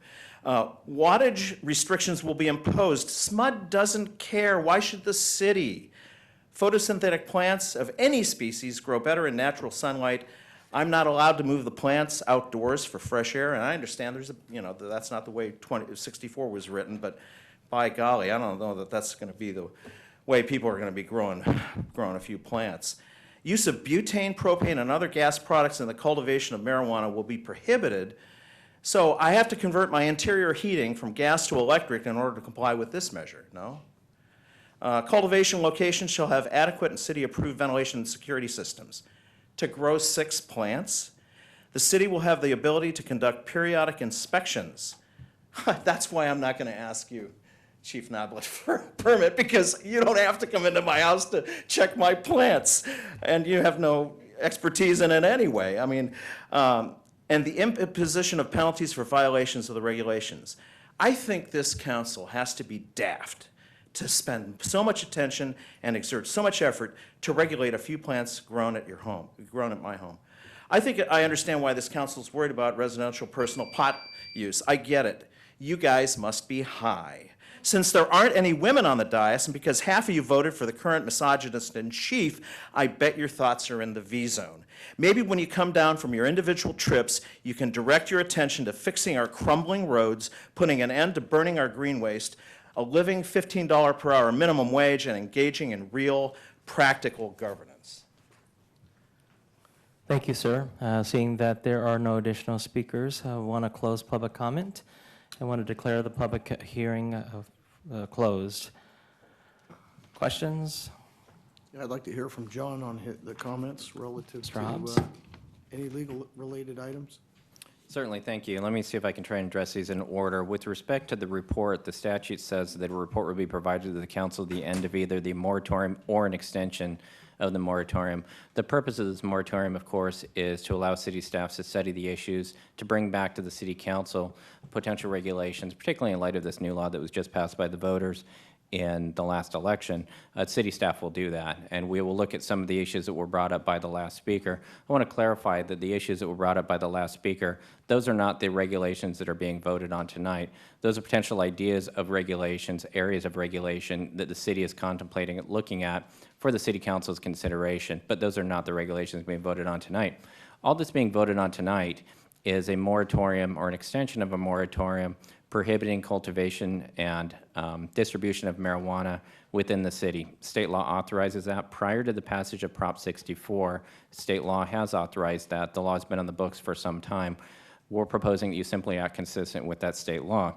There has been some concern raised both in some correspondence to you and by one of the speakers that you would not have the ability to prohibit completely the 6 plants within a residential household. Prop 64 does provide that a city cannot completely prohibit up to 6 plants within a private residence. But this moratorium only temporarily disallows that type of use while the issue is being studied. This is an issue that was considered in preparing this material, and we believe that the existing state law would authorize the moratorium for a temporary basis while the city studies this. The good news about that is if I'm wrong about that, and sometimes I'm certainly wrong about things, but if I'm wrong about that, the ordinance has a provision for severability, which would sever that portion of the ordinance to the extent that it is in conflict with state law. I don't believe that to be the case. I believe that the provisions of state law allow the city council to both impose the original moratorium. I believe the findings were adequate for an extension and the original moratorium, and if the council is so inclined, I recommend that you go ahead and pass the extension. The extension does take a 4/5 vote, so it would have to be a vote for all 4 of you. But if that's what you would like to do, you're certainly have that opportunity to do that. Okay. Any additional questions, comments? No? I'll entertain a motion. I'll move to adopt an ordinance extending the moratorium on all commercial marijuana land uses and all marijuana cultivation in the city of Elk Grove for a period of 10 months and 15 days, consistent with state law. Have a motion? Let's have a second. All in favor? Aye. Aye. Opposed? Abstention? Next item.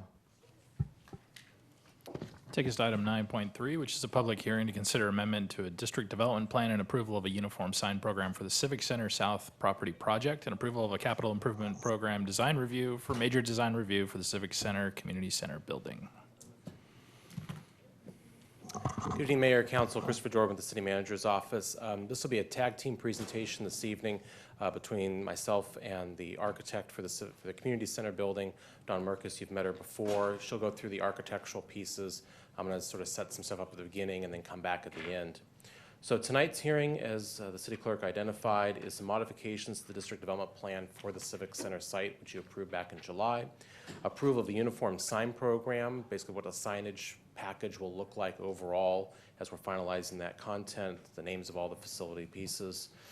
Design review for the community center building itself, and then we have a policy or direction question for you regarding a lead rating or leadership through energy and environmental design requirement or implementation for the building going forward.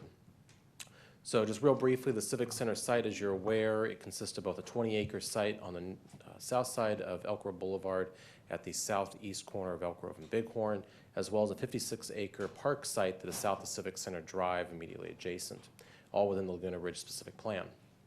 The district development plan that you approved previously covers the overall site plan, landscaping requirements, pedestrian improvements, the building architecture, design parameters, other features common to the site across the various buildings that would ultimately come online over time. The site plan you approved is here. I won't go through everything except to identify the aquatic center that's in the middle of the site, the west and east parking lots. Item 2 here is the community center building, and item 3 is the standalone Veterans Hall building that was part of the approval from July. Here are some of the architectural materials and color palette pieces that were part of that approval. And then from the site plan, what we're looking and recommending to you this evening to modify is taking the Veterans Hall component and integrating it into the community center, senior center building as a third element to that. For a variety of reasons, as I'm sure you're aware, from a cost and operating standpoint, it became advantageous and requested by the veterans groups that the city pursue that. So we've been able to accommodate that as we're finalizing the design to bring forward to you this evening. There's some conditions of approval modification to the district development plan we're requesting this evening. First is condition number 16 regarding transit stops. We're asking for some clarification on that as described in the staff report. And then condition 28 is actually duplicative of that requirement, so we're recommending to delete it. On the uniform sign program, both the zoning code and the district development plan require this program to put together. Essentially, it creates a uniform style, font, sizing, location, elements, lighting, and so forth for what signs would be on the site. The zoning code, the Elk Grove Municipal Code, section 2361, talks about how signs on city property for city purposes, we can establish those standards as necessary to further our interest. So that's what the program ends up doing. Some of the design elements from that include both suspended signage underneath the canopies, such as here on the community center building, building attached signage such as on the aquatic center, as you can see here, and freestanding signage at the entrances and prominent locations around the exterior of the site that include branding components, the city's brand logo, as well as identifying what the major features of the site are at those entrances.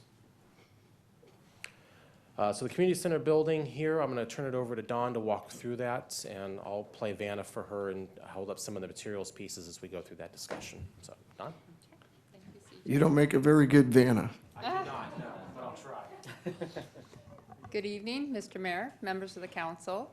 Pleasure to be here tonight to present the schematic design for the Community Senior Center project. I'm not going to spend a lot of time on the floor plan that you see here, but it should be familiar to you from the site master plan that was approved last July. An L-shaped footprint, kind of really playing on the indoor-outdoor connections with the through lobby. The piece that is new that you see here in blue, let's see if we get our pointer to work here, is the component that CJ just mentioned, which is the Veterans Program, which has now been incorporated in the program for the Community Senior Center project. As we look at the schedule for the project, we are right here finishing schematic design, submitted our drawings in December, ready to kick off the design development phase, move into construction documents, and get out to bid in the fall of 2017, starting construction in the winter of 2018.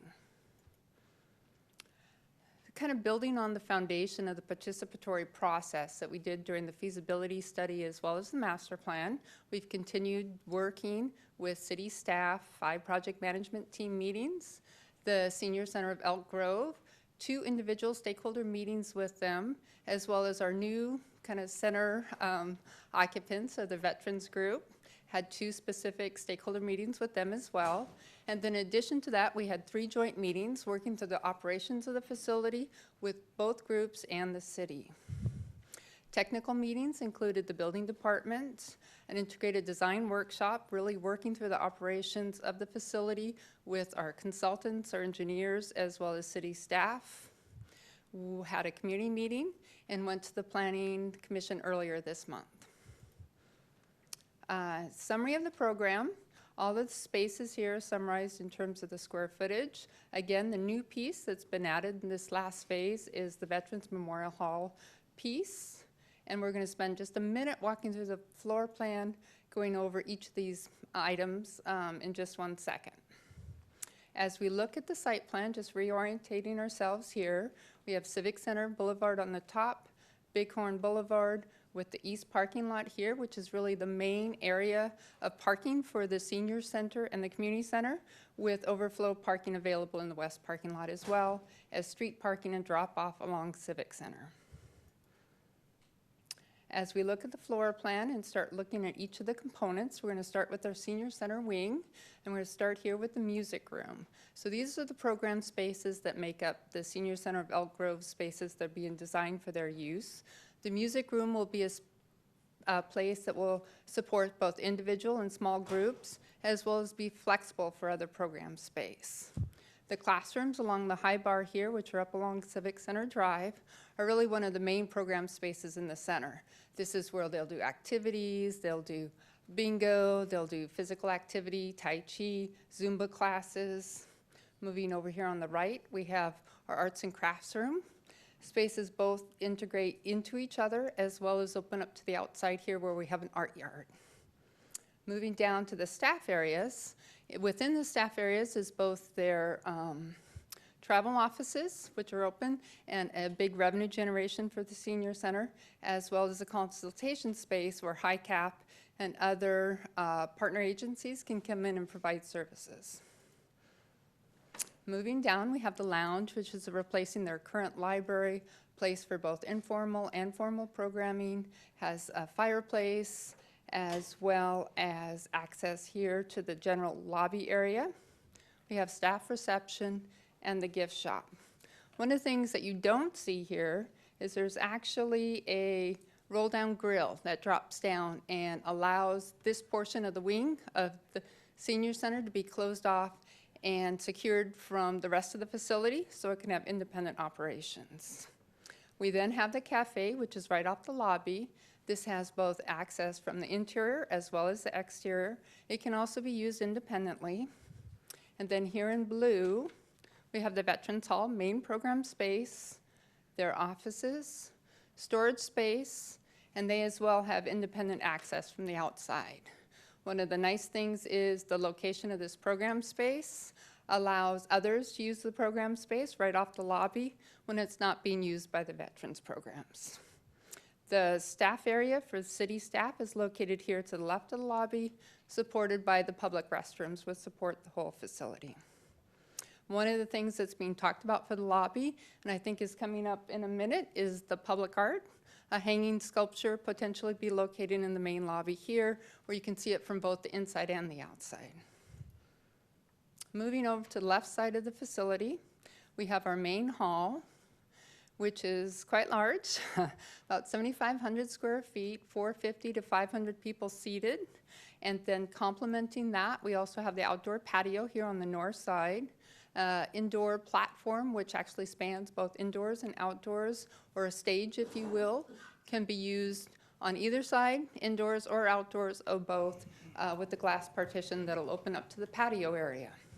How many, if you, instead of dining, if you just did it seating for an event, how many could Like that hold? assembly seating? Yes. So typically 10 square foot per person, so up to 750 people. Okay, thank you. And that's on the inside, just on the inside. The kitchen facilities, catering pantry, commercial kitchen are on the left side, as well as the other support spaces. Don, just a quick question. I think one of the best-selling features is the fact that on the platform, the sliding walls, where the stage can actually face outside or inside. Yeah, that's correct. That's tremendous. Yeah, and I so like if that. there's a band, wedding party, something like that, you can actually, with the outdoor seating, that can go up another 200, 250, depending how you seat it. You know, you can have quite a large gathering, which is engaged on both sides, the inside and the outside. And we do have a rendering where I can show that in a minute, too. One of the things that CJ mentioned that we would like you to weigh in on tonight is the finishes. And so when we presented to the Planning Commission, we had the finish that we're showing here in option A, the Coronado stone, which is rendered here as a the stone is the next one. It's kind of a horizontal in nature, kind of like a Normandy brick, and it really accents the horizontalness of this image here in terms of the pavilions. The pavilion, the entry pavilion is one of the areas that we're highlighting with this special accent, and this split face kind of granite block here is one of the options that we have for this and was shown to the Planning Commission. The second option that we have is a limestone material. And limestone material, as we've applied it in the rendering here, what we're trying to do is show you an alternate in terms of the aesthetic for this pavilion.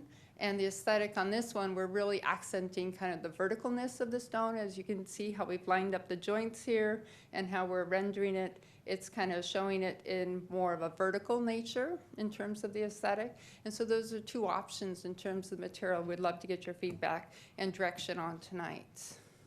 The other materials that are being used on the facility are stucco, as well as a wood accent panel on the vertical sides here along the commons on the park side. Here's the stone material that's an option. Underside is also wood-like material. One of the unique features of the building is how we're detailing these roofs on the main masses of the project, which is kind of having this very floating roof, if you will, whereas if you look at the soffit from underside the building here, you can actually see how the angle goes in, and it's transparent to the inside of the building. It's a very elegant feature. It's going to make you feel like the roof is suspended above the building, very light, very lantern-like in nature.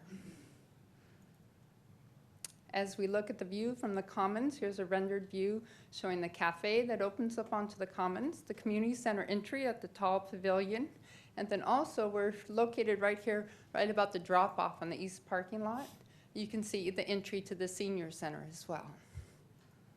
Moving over, closer view of the main entry, you can see how the landscape is really integrated into this side of the building, and the landscape and the building are kind of woven together with these people spaces, these niches, and activation of things like the fire pit, which really support the cafe, that indoor-outdoor character that we're promoting.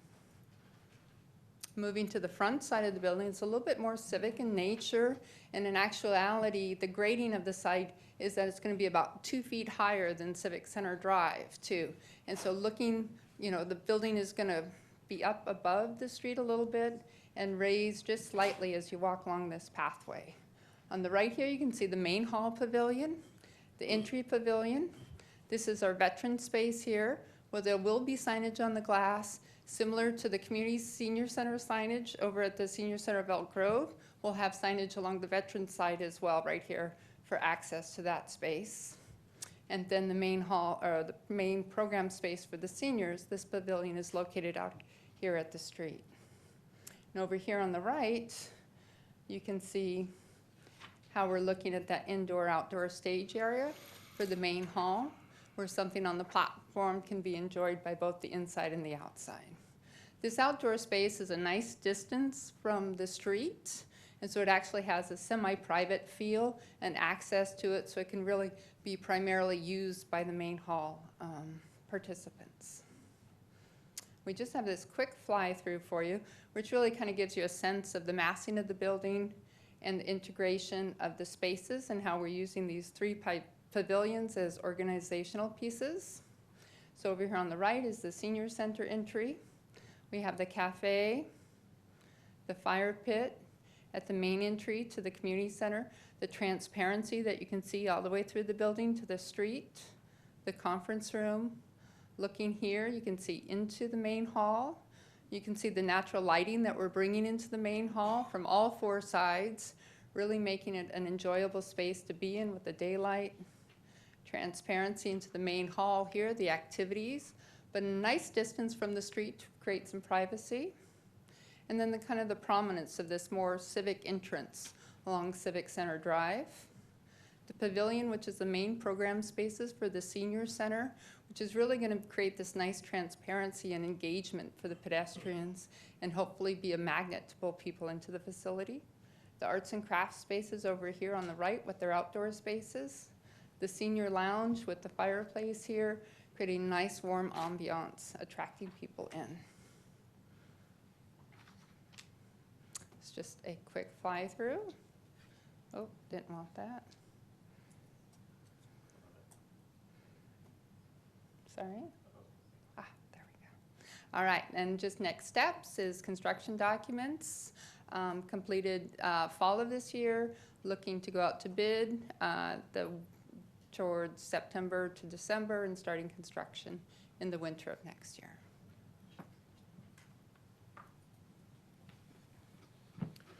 I'll wrap it up briefly. On the environmental analysis side, as you'll recall, there's a number of programmatic and subsequent EIRs that have dealt with this site, both Laguna Ridge and the Civic Center Aquatics Complex. We also had an addendum from last summer that covered the specific plan that you ultimately approved in July, and this building and the various components are all covered under those environmental documents. So no further environmental review is required. On the financial analysis side, the Civic Center Phase 1 components of aquatics, this building, and the overall commons package and parking lot remain on budget. We're continuing to look at the value engineering components to make sure that we're getting everything accomplished that we need to within the overall project, and it's meeting within the budget constraints. So LEED, or the environment leadership through energy and environmental design, this is a voluntary certification process that we can go through with the U.S. Green Building Council. It's entirely optional. We have done it before for the special waste collection facility. It has a LEED rating, as well as the state offices up around on Longleaf. The new buildings are all LEED certified.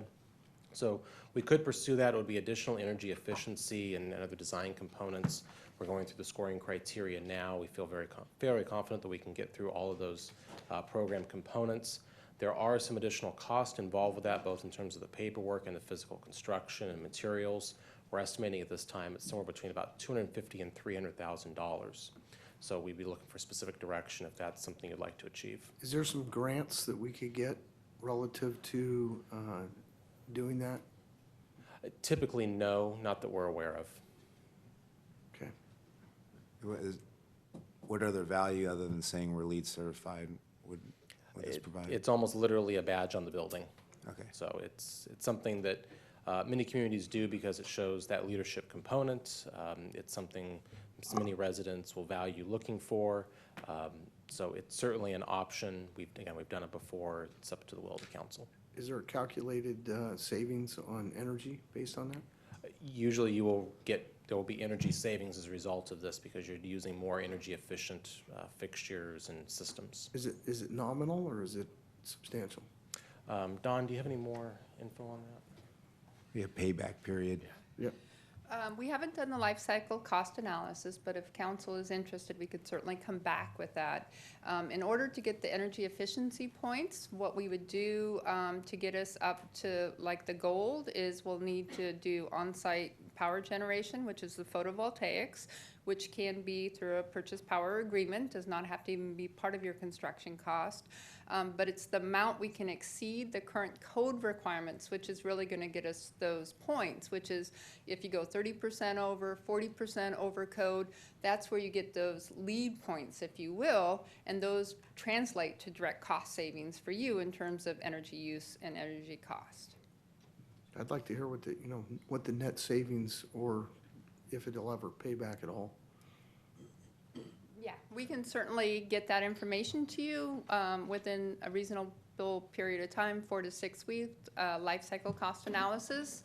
And based on other projects, it's usually a pretty good time, like 7 to 8 years, just depending on those strategies. There's a silver, gold, and platinum? It goes up to platinum. That's correct. Right now, our analysis is showing that if we can do the photovoltaics on the site, that we should be within reach of gold. Okay.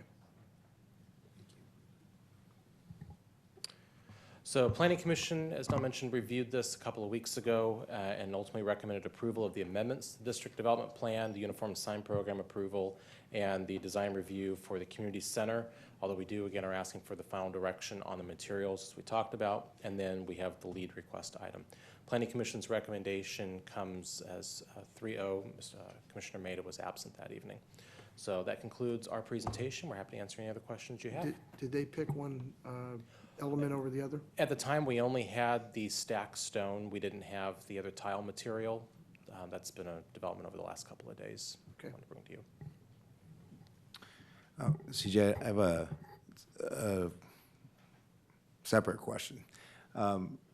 With the Veterans Hall being incorporated into the community center, senior center, and you've labeled it a Veterans Grove, but I was just wondering, would that accommodate a community theater? Is that something that's feasible? From a space planning standpoint, you may recall the way we've spec'd out the library building, which is to the west of the community center building, is it would have some sort of performance space within it. We had some very broad parameters. I'd have to look up and confirm what those are. But it was meant to be a fairly reasonable space. Again, funding is a constraint on that building. We haven't identified funding for its construction at this point. Sure. But right now, that's the targeted location. Okay, thank you. Any other questions? Nope, no questions? Thank you. Okay. All right, thank you. This time, I want to declare the public hearing open and want to open public comment opportunity. I see that Mr. Ed Owen has signed up to speak. Mr. Owen? I think he already used his allotment. This is a good, Mr. Owen. You said there's a good and a bad. I'm not really a bad guy. I just get a little concerned about the rights of the citizens of Elk Grove to have their input. And so I'm going to input my comments on this project. Being my past 50 years of construction, I think it's a very well-designed project. I think they've addressed all the components. They've laid out the spaces so that all the users will have plenty of room. And the concern that I have, of course, is that the on-site parking. I drive down Civic towards Bruceville off of Bighorn, and I noticed that there's a lot of cars doing special events parked in the bicycle lane on Civic Drive. And I think we've got to take that into consideration because we want more people to ride the bikes, but yet we restrict them, and then they get out in traffic, and as we know what happens when that occurs. The other thing that I wanted to bring up is make sure that I think the wooden trellises are going to be a maintenance nightmare. You know, I built a lot of products with wood, and we go back in 3 or 4 years and replace that wood. There's some products out there that look like wood, but really will last a lifetime. And let's see, skateboards, all your seating and all your planters and everything should have the skateboard deterrents, the little curbs, and they cost, just bought some, 20 of them cost $220. So I think that would be money well spent. Other than that, I think it's a beautiful project. Believe me, first day, I'm going to be in that senior citizen getting my free pancake breakfast. #1 in line.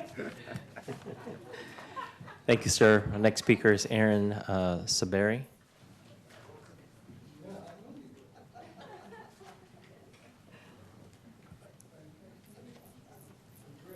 Good evening again. I just had a question which might have been answered prior. I'm not deeply familiar with the architecture of the project, and it's just a beautiful project, and I'm proud as a citizen that you've all decided to go forward with this. But my mother, who lives with me, has a walker, is a senior, and accessibility is an issue we live with every day. And I just, from the aerial view, the flyover view, it just looked like a long distance from any parking into the senior center. I wanted to just ask the question if this has been discussed thoroughly and decided upon already, then I defer, but I wanted to raise it because just on first quick glance in the aerial view, it looked really far. So I'm wondering if you can maybe address that. Thank you. Sure. Would you mind coming up and addressing that? So a great question, and has been a lot of discussion actually about that. I think I'll just move back up to a site plan quickly. The senior center drop-off is located right here beyond that tree, right here. There's accessible parking all along this edge of the parking lot on the east side as well as this edge. And the distance from here to the entry of the senior center is actually pretty minimal. I think it's about 65 feet. And in looking at access around Elk Grove to other facilities, CVS's from accessible parking, and other senior frequented facilities, it was well within other ranges within town. There is also curbside drop-off with 0 curb line out in the front, and that is a little bit further. I think that's about 95 feet to the front door there, but that's really more for events at the community hall or the meeting hall than it was for the senior center drop-off. Thank you. Okay. I don't see any additional speakers, so at this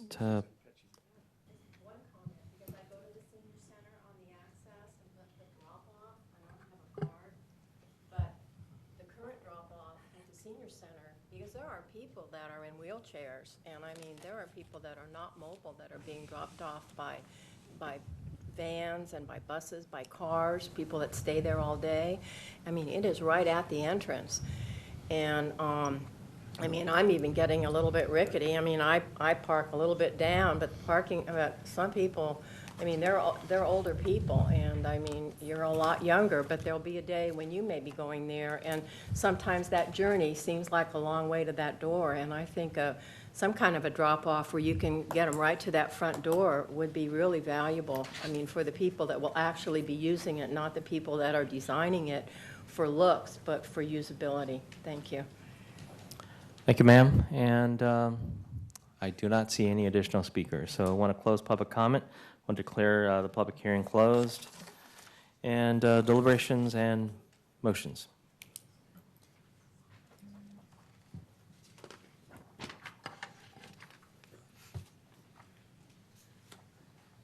Gentlemen? Well, you already heard my comment about the, looking at the LEED certified, coming back with that recommendation. I mean, I don't want to make a decision on that till we have a better idea if it, at some point it'll end up being cost neutral over a certain amount of time, if not to our benefit. If you say it's a 7-year maybe payback, it may be worth that in the long run. Yeah, I'd like to hear that come back as well. But Christopher, can you hold up those materials, those two again?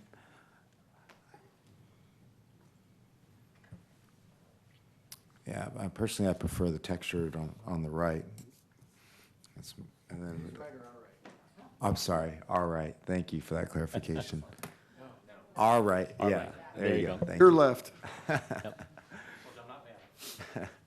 Other than that, I think the plan looks fantastic. Again, I want to commend staff and all the consultants for their hard work. It looks, you guys did a really good job in incorporating all the different desires and concerns from all previous comments that we've made, the community's made. I think you've maximized utility in terms of space and been pretty, in terms of trying to stay on budget, you've been very cognizant of materials and design. So again, thank you. Yeah, I think it's a great project. Could you address the issue Ed Owens brought up about the wood product? I think we talked about this in our briefing that you gave us, but if you can go into the more specifics. I can. And I know some of it is synthetic and some of it is a wood material. That's correct, yeah.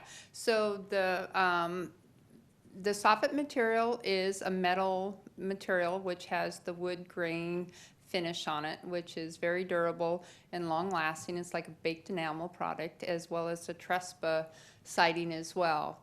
The trellis themselves, the structure will be steel, and then the wood that we're using for the shading element is actually Ipe, which is a sustainable, very, very hard, durable wood that will last a lifetime. It's extremely durable, heavy hardwood that we're using just for that reason. But the added warmth that the wood gives to kind of the mixture of textures and materials we're using, we think it's important to bring that material in, and that's kind of one of the feature products on the project. So what is the life expectancy and maintenance on that product? So there is little or no maintenance on the product unless you choose to, so you can let it weather, and it takes on a nice kind of patina to it. We've used it on other public facilities like the Walnut Creek Library, and it just weathers with time, and so there's very little or no maintenance on it if you choose. If you choose to oil it, you can, and then it's just however often you choose to oil it. It's not a material finish that's going to peel off and look dingy as it weathers with the oil. It just, you can let it weather for 10 years. If you choose to re-oil it, it darkens it back up, and it can weather another 10 years. But it is extremely, it's being used a lot just for these reasons, as well as being a sustainable product. Okay. We can bring samples of it, and you can actually feel how heavy it is. We'll bring that for staff for you. And I think I prefer the stacking stone as well. So the one on the right as well. Yes. You're right. All Don, right. Don, before you sit down, if I may. Is there any way, or did you give any consideration on trying to get that drop-off closer to the front door? Because I noticed both the drop-off at the parking lot and the drop-off off of Civic Center Drive. That is a considerable Right. span. Well, it's again, we did look at analysis for other facilities in Elk Grove, just so in working with the seniors and talking with the seniors so they can actually put it into perspective of when you go to CVS, how far is accessible parking from the entrance and things like that. And it's really right in the middle of other places in Elk Grove of similar demographic uses. I think the landscape architect feels pretty strongly in keeping the integrity of the design and the opportunity for the mixing of the people. And so when you're dropped off right at the front door of a building, you don't have the opportunity to engage with the people who are walking along, strolling along the commons or the promenade there. And so I think just kind of a design philosophy is to create these opportunities to rub elbows or cross each other's paths, if you will, is to create a little bit more of a buffer and not have that front door drop off. We do have a side exit or door, which is not a formal entrance, over off the program room space, closer to Civic Center Drive. And so if there's special events or things going on in the program room at the other side of the facility, they may choose, as an operational decision, allow to use that, open it up, and have people, dropped off along the front there and come into those special programs there. So that was one of the design considerations we took there as well. But this was one of the things we have gone back and forth and has even moved it closer since some of the preliminary concepts were developed. Okay, anything else? No? And I think I've already shared with you, CJ, that I'm in favor of the one on the right. Yeah. All right. I'll move motion 1. Second. Got a motion, second. All in favor? Aye. Aye. Move motion 2. Second. Got a motion, second. All in favor? Aye. And I think you had everything else you need, CJ? Okay, good. Okay, next item. Take us to section 10, our regular agenda action items and recommendations, starting with item 10.1, which is to consider Civic Center Public Art Project proposed locations, type of art, and authorize the city manager to issue a request for proposals. Good evening, Mayor, members of the City Council. My name is Kara Reddick, Deputy City Manager. I'm going to talk tonight about the Civic Center Public Art Project, which is in conjunction with the item you just heard. The committee members for the Committee for the Arts are Nan Mahon, she's the chair, Cheryl Grice, the vice chair, Sally Guttridge, recorder, Liz Irons, committee member, and Leslie Sandifer, committee member. So I did see several of these members here quite a few hours ago. Oh, there's Sally. We had the majority of them were here in support of the item about 3 hours ago, but it's getting a little bit late. The staff member for the Committee for the Arts is Mona Schmidt, so I want to commend her for her work on this presentation and her staff report, and just being a liaison to the committee and the city. So just for point of background, on November 9th, the City Council adopted a resolution to implement a Percent for the Arts program for art in publicly funded facilities. Pursuant to that adopted policy, the Phase 1 Civic Center project includes an allocation of $500,000 for public art. The Committee for the Arts did community outreach on November 1st. They had a community meeting at the Wackford Center where the architect design team provided a presentation. There were 15 residents in attendance that shared their ideas and vision for public art in Elk Grove. And then the Committee for the Arts held 4 additional special meetings to determine the art, location, and budget for the Civic Center art. So the next few slides are going to be the specific locations of the art. And so what I want to go over is the type of art, if there's a theme, and the budget allocation. And then I'm hoping to get your concurrence or feedback. But the first item is a ceiling-hung 3-dimensional art piece in the lobby of the community center. The theme is multicultural, which is something that we celebrate here in Elk Grove. And the budget allocation is $150,000. The second location is an interior wall mural in the lobby hallway of the community center. The theme is History of Elk Grove, and the budget allocation is $25,000. The third item is an exterior illuminated sculpture that would be iconic to the community center. It would feature a statement piece that would be potentially lighted both day and night, and the budget allocation is $175,000.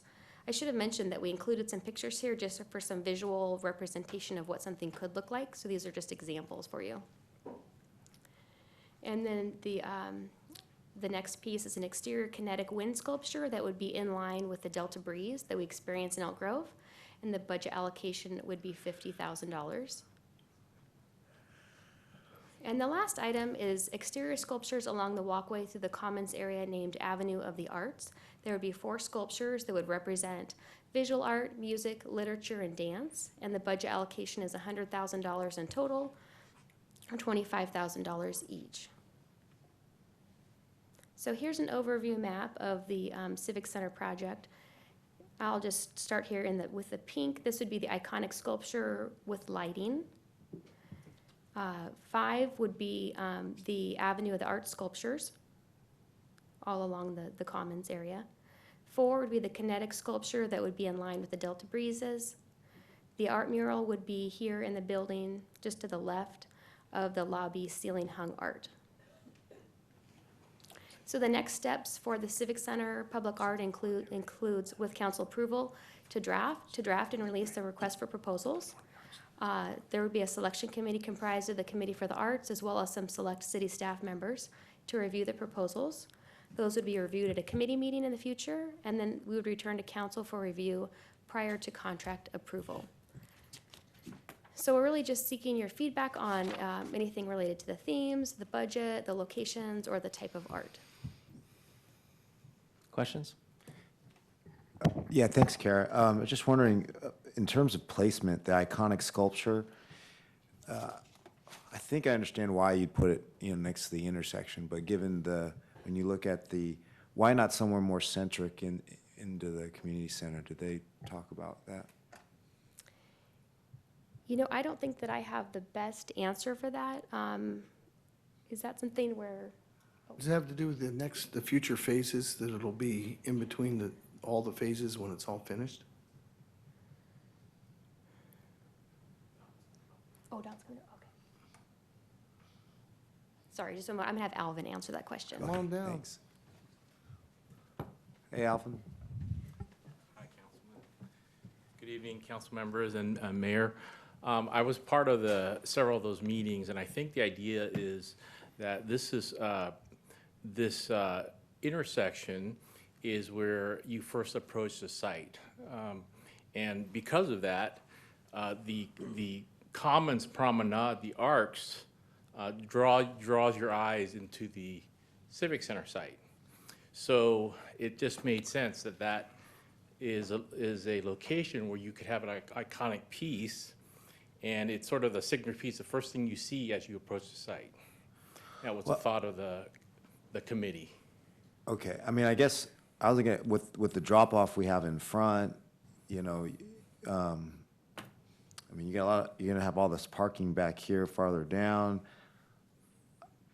I don't know if that's the right place where you're gonna get most of the traffic. I think right now, the idea is that the thought is most of the traffic would probably come from Elk Grove Boulevard south on Bighorn, and that's the thought process, but you're absolutely right. I think as the south parts of the city get built out, then the approach could certainly come from northbound on Bighorn. No, I'm thinking the parking that we have here is farther south. So when people park and then they're walking towards the aquatic center, they're walking towards the community center, senior center, I guess they'll never see it if I look at the trees that could be covering it or blocking it. So I guess my question is the idea that people driving by is intended for people driving by to see more so than actually the people that will be walking through this area, the Commons area? I think a little of both, because ultimately, I think the transit, there will be a transit hub just to the north. I think that was what was planned. Mhm. And so anybody walking or taking transit could approach from Bighorn more than likely. And then all the cars, at least in the near future, they more than likely would come from Elk Grove Boulevard south on Bighorn. And regardless of whether you make a left turn to the smaller parking lot or continue straight down, you would see it. And then the volume of traffic that you would get maybe in the evenings, Bighorn is a bigger thoroughfare. So then drivers could see that and recognize it as an icon for the Civic Center. I think that was the thought process. And so it would be visible, given the trees you know, we have trees shown here, so I'm just trying to visualize this big iconic structure. This is Sure. supposed to be the grand statement, and is it gonna be blocked by trees? Sure, You know. and I think we should probably go back and revisit that, because I think part of what, where this is shown, we also have some reflecting pools. You can see a little bit of it there. I think your comment is it's a great comment, because I think we have this iconic piece, or if it goes there, we have this iconic piece as well as a reflecting pool, which sort of anchors that corner. It's sort of the welcoming element into the commons area. So I think your comment is absolutely spot on. Maybe we need to look at that a little bit closer. I'm no architect, but I'm just wondering if we're gonna spend the most money on this piece, if it's gonna have the most visibility, does Sure. it make sense to be off in the corner? That's Sure. all. Just food for thought. Sure. Thank you. Thanks. Any other questions? Councilman Hill? Yeah, so I too had concerns about the placement of that, and I could make the argument for it being there for the reasons just mentioned, but, and also because of, as Vice Mayor kind of alluded to, that it looks like it's off by its own right now, but when you think about the future build-out of this site, it's going to be more included. But I guess where I come from is again, because, and I'll get to this in a minute, but this is the biggest expenditure on art for this site, and in fact, I would even make it larger and reduce the amount for the hanging piece.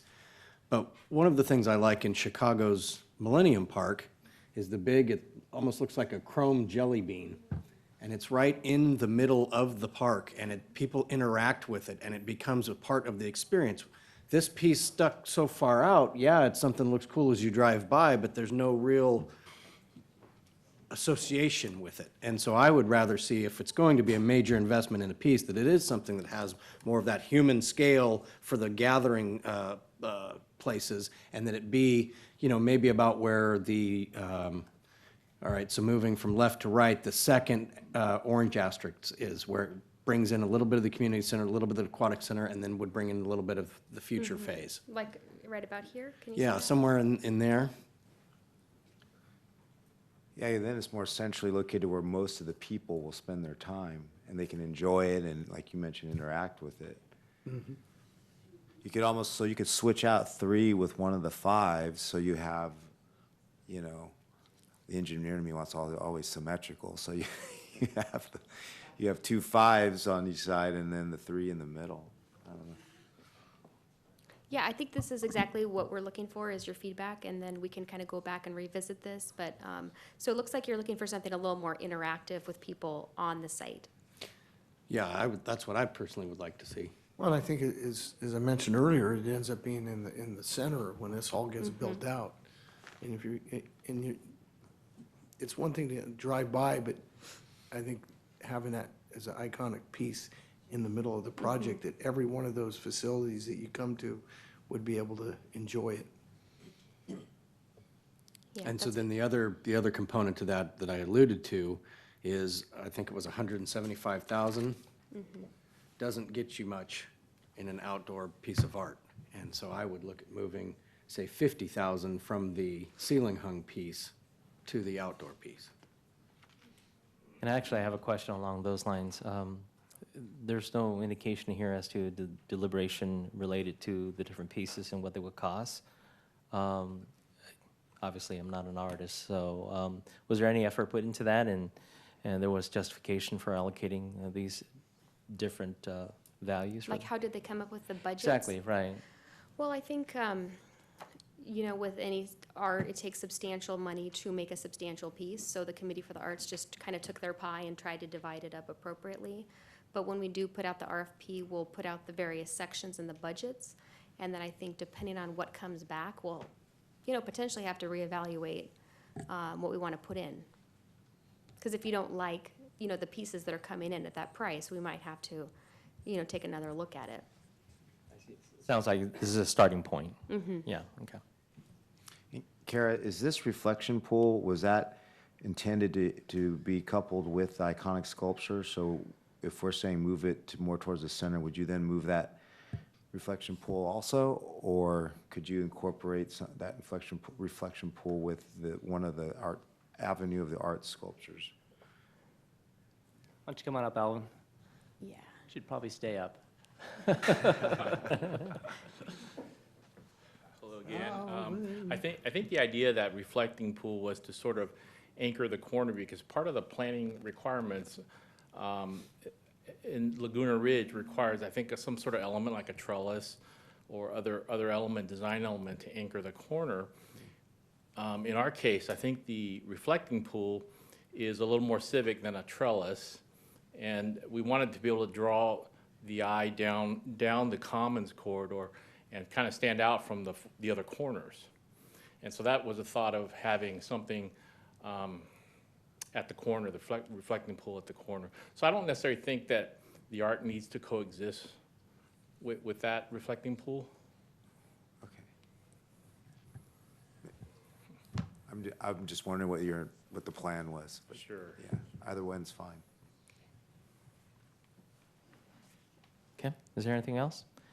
So just to kind of recap, I also thought I heard that maybe a reallocation of money from the interior mobile to the iconic sculpture.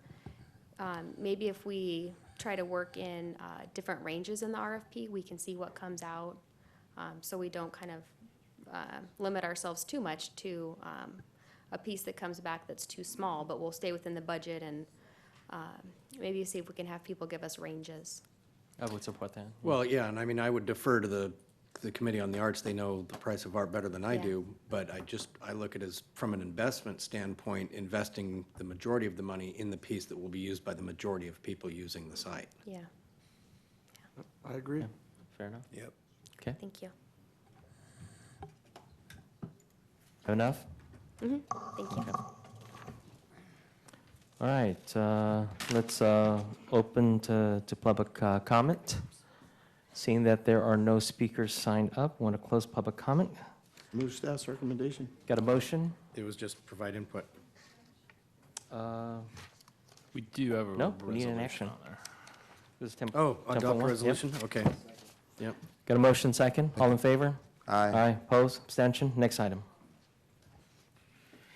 That'll take us to item 10.2, which is consider resolution authorizing the city manager to execute a city participation agreement with AEG Cycling LLC to host Stage 3 start of the Amgen Breakaway from Heart Disease Women's Race on May 13th, 2017. Good evening, Mayor and Council. We're talking about what Jason just said. So we're looking to formalize a working relationship that we've established with AEG Cycling to host the Stage 3 start of the Amgen Breakaway from Heart Disease Women's Race on Mother's Day weekend. There are still details that will be released, including the actual route next week. We're working with AEG on that. We have had a delegation from their group come and visit Elk Grove twice already. And they are working with our local operating committee, including multiple agencies as well as city staff. David Brooks with Visit Elk Grove is here tonight, and he is part of that group. We're looking for you to sign that resolution so that the city manager can execute that agreement, but it also happens to be a kind of fortuitous week to bring this to you. We are one of 14 host cities that were designated by the tour for 2017. And each host city is delegated a host city highlight week. And so this happens to be Elk Grove's week. So I don't know if you saw it, but we've had a lot of eyes on Elk Grove this week. The Amgen Tour California has over 189,000 social media followers. And they have 200 countries and territories represented and 24 media partners. I wanted to show you some of the things that are showing up on the international stage featuring Elk Grove. This is the Amgen Tour of California's host city page that features Elk Grove, and it is prominently being promoted on their website this week. I also want to show you a sampling of their social media that is promoting us. We are the cover photo for them this week, although some of our writers got their heads cut off, unfortunately. But then our post about getting to know the city of Elk Grove, which is tagging us so that people can follow us on Twitter as well, is promoting, and it directs them to our website. As you can see, if I scroll up, they have more than 40,000 followers on Twitter, so we're getting some great exposure. And then lastly, their Facebook followers, there's more than 122,000 of them are watching us on the world stage as well. And this was posted on Monday as part of the push for our Host City Week. And this is their Facebook post. So we're already getting a lot of great return on our partnership with them. And we're looking forward to even more as we welcome 40 women's teams, approximately 120 riders, and a whole caravan of support staff and event organizers, as well as those folks that may be joining us that are coming to visit our other host city in the area, which is Sacramento, which will be hosting the men's start and the women's finish. And we look forward to sharing more information with you. But tonight we're looking for you to give us the okay to sign that city participation agreement. Okay, any questions? Got no questions? No? Get it done. All right. Let's open it for public comment. I have a speaker, Mark Doty.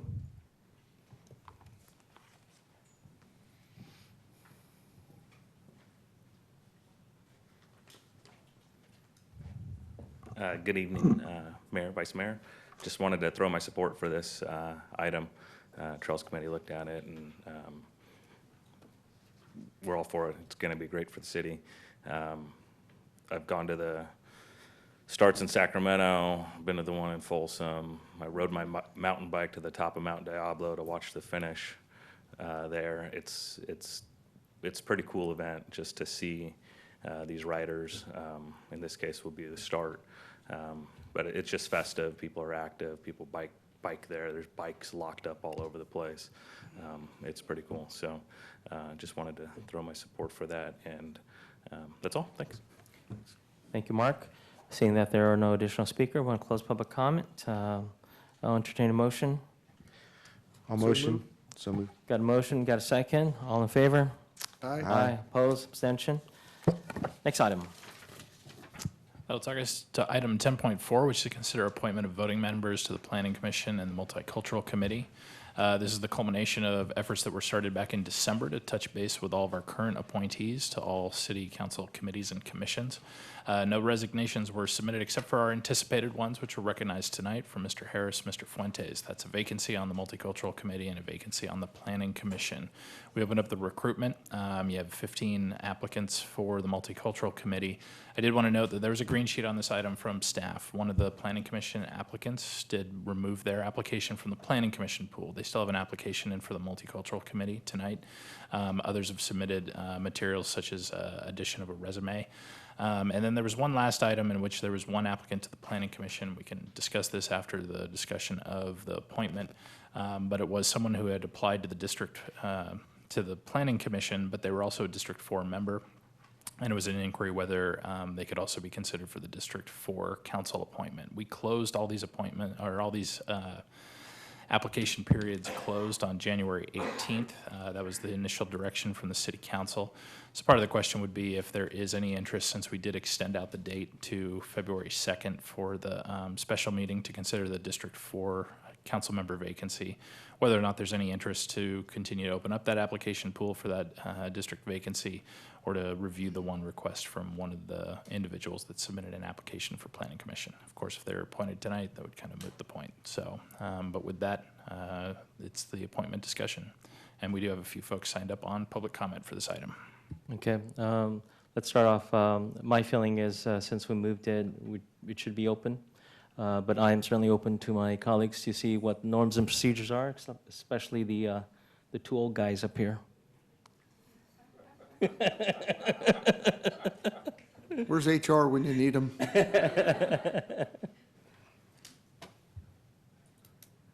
Thoughts? Well, I look at when the closing, that's why there's a closing date. We had it was over a month long open period. I think it's it's kind of awkward, because if you open it for one, then I think you kind of open Pandora's box.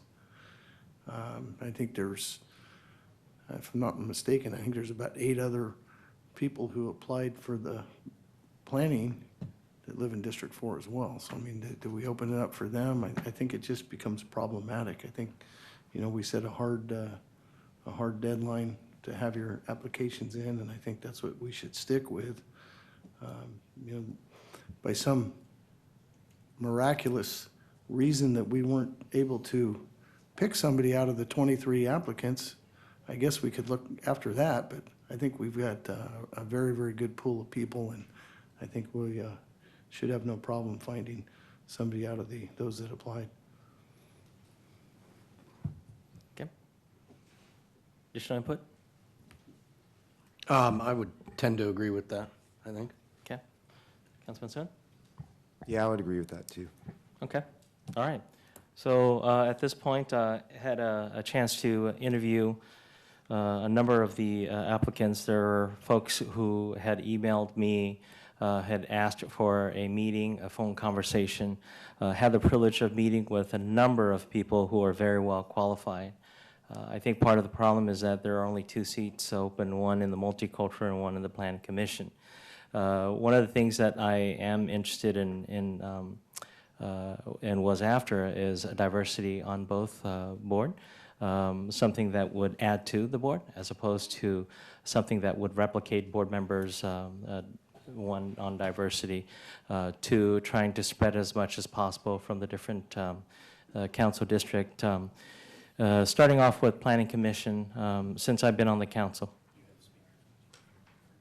Oh, that's right. Yeah, that's a great idea. You're right. Yeah. We do have speakers, so let's go ahead and open it for public comment before we go any further. First speaker that we have on line is Jessica Carter.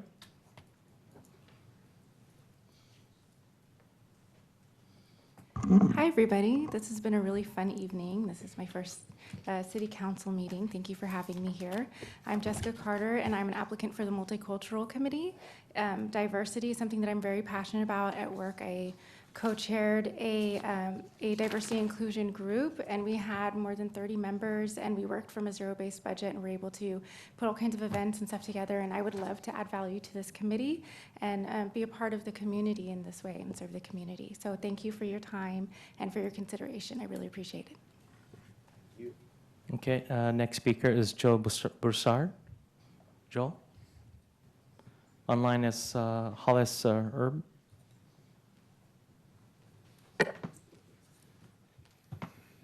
Good evening, Council. Joel Broussard. I think I had the pleasure of meeting each of you during my mayoral candidacy last year, but I did put in for the Planning Commission.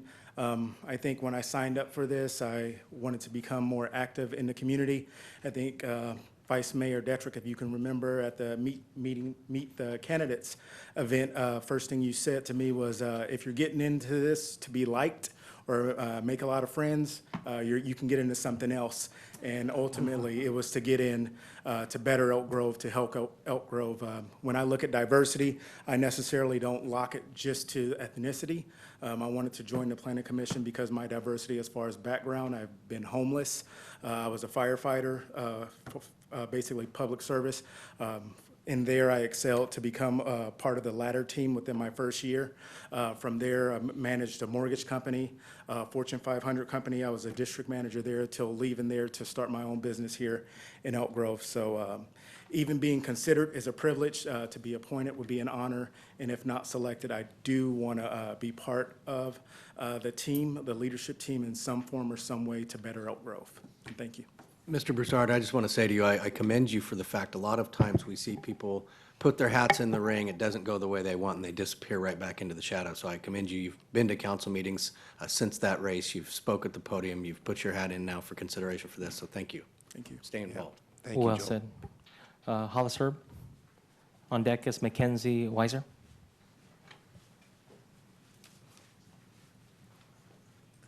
Good evening, Mayor Lee and Councilman. I am Hollis Herb, and I am also a candidate for the Planning Commission. I'm relatively new to Elk Grove, but my sister has lived here for a long time, and I've visited regularly for many, many years, and I am fully committed to Elk Grove. I wish you could see the aging in place adaptations I've already put into my new home that I'm very proud of. I come here with a lot of experience doing this type of work at another municipality.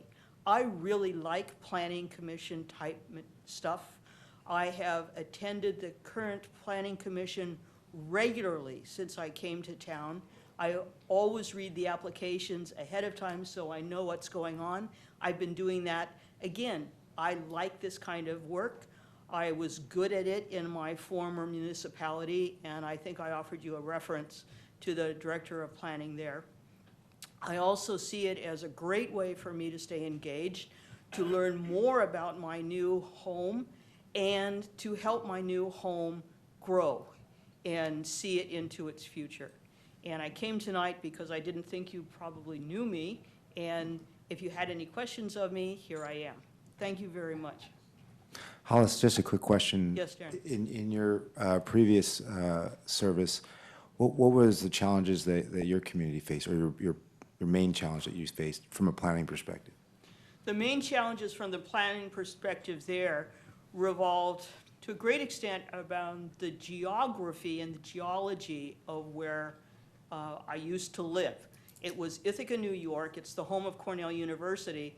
And the phrase is Ithaca is gorgeous, as a play on gorgeous, of course. But Ithaca is gorgeous. It's steep hillsides and narrow ravines and funneling traffic. And so with ice, snow, storm water, lots and lots of Army Corps of Engineer input into ephemeral streams, and they built major home developments on what were essentially impervious materials that were wetlands for a reason, plus the traffic of what it's like to try to get through the funnel points. I would say that those two items. Thank you. It's traffic and slopes and funneling. There were a lot of other issues, but those in particular. We deal with so many slopes and funneling around here, it's unbelievable. I can't tell you what a joy it is to try to learn the map in my head for my new town. Going out and visiting planning sites before I attend the meeting has been one way to do that, and to learn the sneaky little back roads. But this is a wonderful community, and I'm especially in awe of the brilliant urban forest canopy that there is here. I can't imagine what this town would be like without it. And I particularly like my little street. If I can tell you this, Darren, I live on Lufkin Way, very near Lawrence Park, and I love the fact that it's a nice, narrow, compact little street, slows traffic, has the little street trees. Oh, it's just gorgeous. Peter I like Calthorpe that. designed it that way, yeah, that whole area for traffic calming, yeah. Yeah, no, it's lovely. And I would really look forward to serving this community and staying engaged, but I will continue to go to the planning commission meetings until I wear you down. But I like this anyway right now, and I assure you, I'm trained, I know the ethics. If there's CE involved, I did it happily in New York, and we'll do it here. Thank you very much. Thank you. Thank you. Next speaker is Mackenzie. I'm not going to take too much of your time. Hello, Council and Mayor. My name's Mackenzie Wieser, and I just wanted to take the time to thank you all for taking time out of your busy schedules to meet with me and talk with me about the opportunity. And I do plan to stay engaged in our community because I love it here. Jared Braxmeyer is our next speaker. On deck is Sean Yang.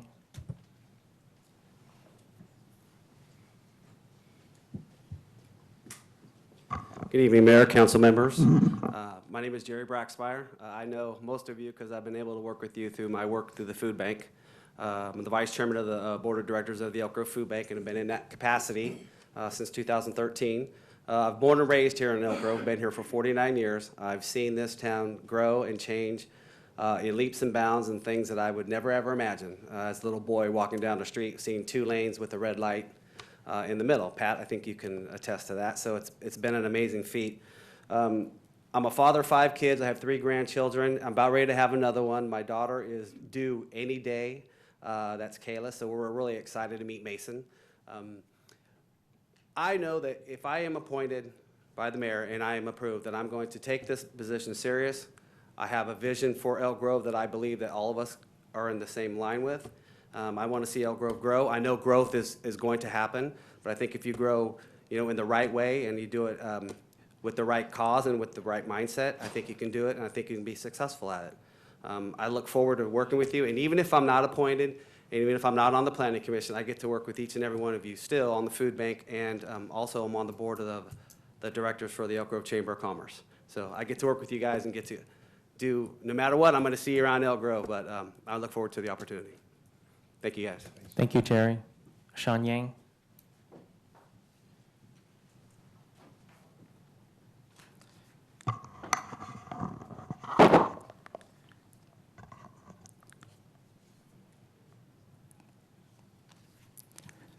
Good evening to City Council Pat Hugh, Darren Sue, Vice Mayor Steve Detrick, Mayor Steve Lee, and everyone in this room. It is my honor to stand here as an Elk Grove resident and as an applicant for the Multicultural Committee. I want to personally thank you, the City Council members and other committees that have made Elk Grove a very safe and clean community to live. Thank you very much. My name is Sean Yang, and I grew up in the Laguna area and graduated from Valley High School. But I currently reside in Elk Grove. I'm a soccer coach. I'm a father of 2 wonderful kids and a husband to a beautiful wife. I chose to bring my family to live in Elk Grove because we love the rich, diverse culture of this community. I committed to be a part of this community directly or indirectly. But if I have a choice, I would choose directly, and that is why I'm applying for the Multicultural Committee vacant seat. My qualifications are that I am an Asian descent who embrace diversity and continue to practice and preserve our culture and heritage as an American. I have strong values in understanding other cultures and respect the diverse landscape of America. I have a Bachelor of Science degree in Electronic Engineering Technology and also hold an MBA from Fresno State University. I would like the opportunity to share my experience and expertise to make Elk Grove a closer joint community that embrace and preserve all cultural. My experience are 15 years of experience in the same line of work, which is managing medical system scans such as CAT scans and MRI. I work for Kaiser Permanente in Elk Grove and South Sacramento. I understand the key role that I play in impacting lives. Lastly, I want to serve, I have served on the advisory board for nonprofit organizations that involve in multicultural engagement opportunity to form a relationship with other communities, advising on cultural New Year's, mediations and disputes and funeral services. Thank you in advance for considering me for this multicultural committee seats. I'm asking for your appointment so I can serve Elk Grove. Thank you. Does anyone have questions for me? Nope, no questions. Thank you. Thank you, Mr. Yang. Our next speaker is Marlon Hill. Mr. Hill? On deck is Ray Hess.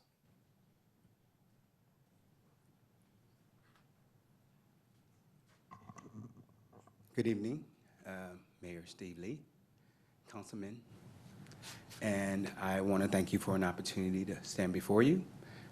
for my application for the Planning Commission.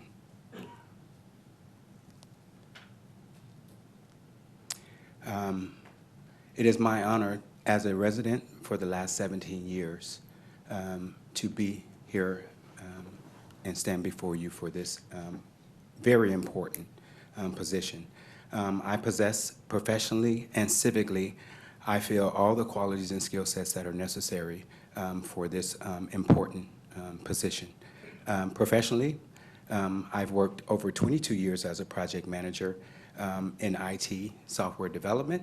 That includes planning and all aspects of software development activities. Currently, I've been employed with the Office of Legislative Counsel for the last 8 years, where I've been successful in planning all IT endeavors with my team members at my job. Civically, I currently serve as the secretary for the Sacramento Theater Company, where I've been instrumental in helping with the planning and management of a design warehouse expansion, where we're looking at ensuring that all the contracts and permits are in place and that we address all the financial aspects of grants that were given for that project. I was also instrumental in developing the Parkgate Neighborhood Association here in Elk Grove. I'm a co-founder of the Parkgate Neighborhood Association. We're also responsible for the Neighborhood Watch Program.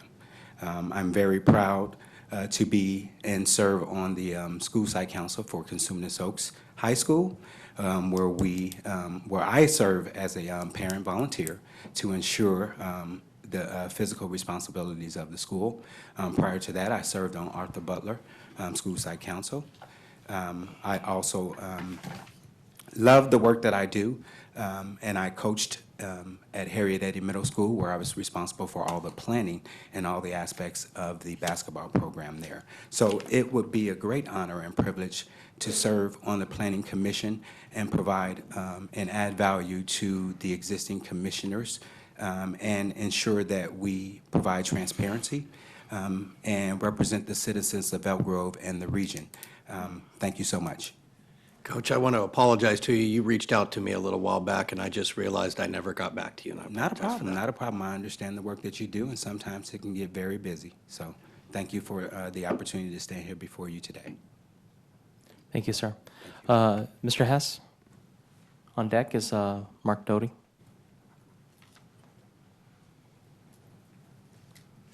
Mayor Lee and members of council, my name is Ray Hess. I'm applying for the Multicultural Committee.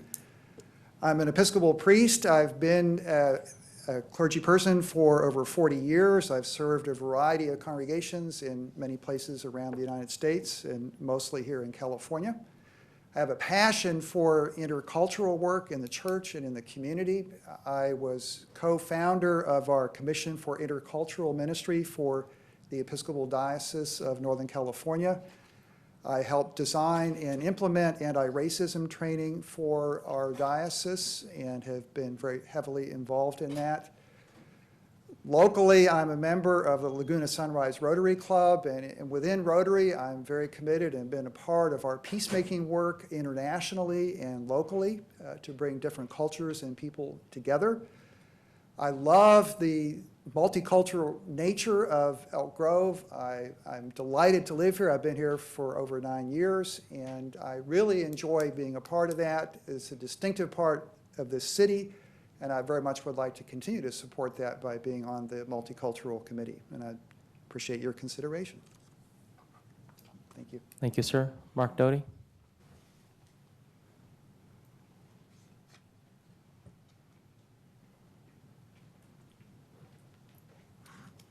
Good evening, Mayor, Vice Mayor, council members. Mark Doty, as you all know me, I'm the chair of the city's Trails Committee. A lot of good candidates here tonight. I hope whomever gets the position, I hope you know you'll hear from me often if it's not me. And for anybody else, we meet monthly, the Trails Committee.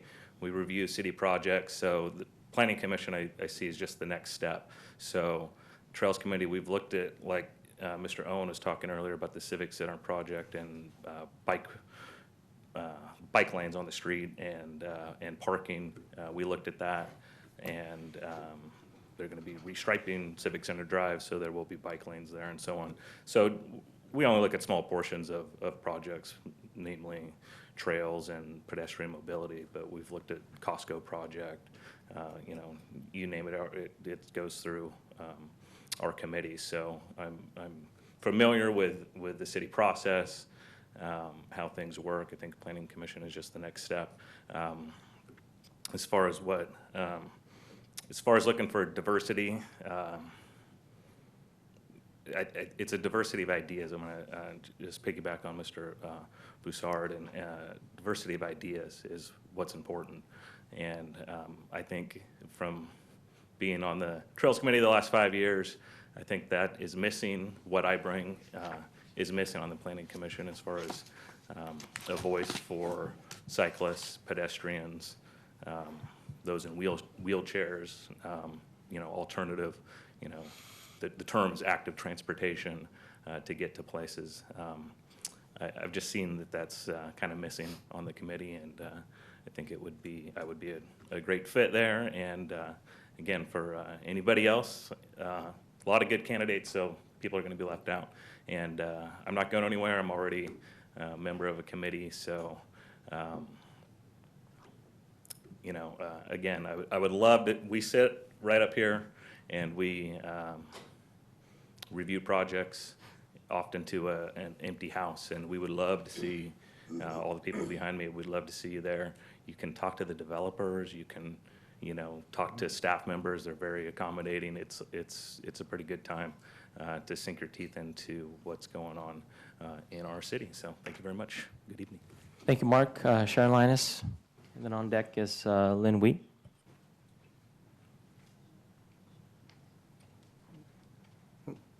Sharon first. Sorry, Lynn. You're on deck, Lynn.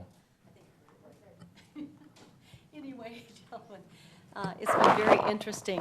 Part of my comments tonight were, I read in the Citizen today about the process for the February 2nd meeting for those that are seeking the city council seat.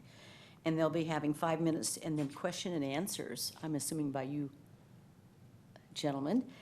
And so that made me start thinking about the process for selecting a planning commissioner. So I've heard phone calls were done, people have talked. I'm sure they had to fill out a form. I just didn't look at it because I'm not running for that. I'm not planning on doing that. But basically it's phone calls. A lot of the folks are here tonight, and I've been very impressed with their qualifications. Amazing. And then some have you, what other way have you gentlemen? One-on-one meetings. One-on-one, oh, really? So they called and made an appointment with you, you didn't call them and ask them to come in? So it's been pretty thorough venting then, it sounds like to me. And I suppose that they didn't do, any candidate did not choose that way, then that was their choice, is that correct? And they have Okay, so- pretty extensive resumes with most of them, too. It sounds like it. Yeah. Sounds like it. So very impressive. So that was my question. What is the process? But I think I found out tonight. Thank you very much. Thanks, Sharon. Lynn Wheat.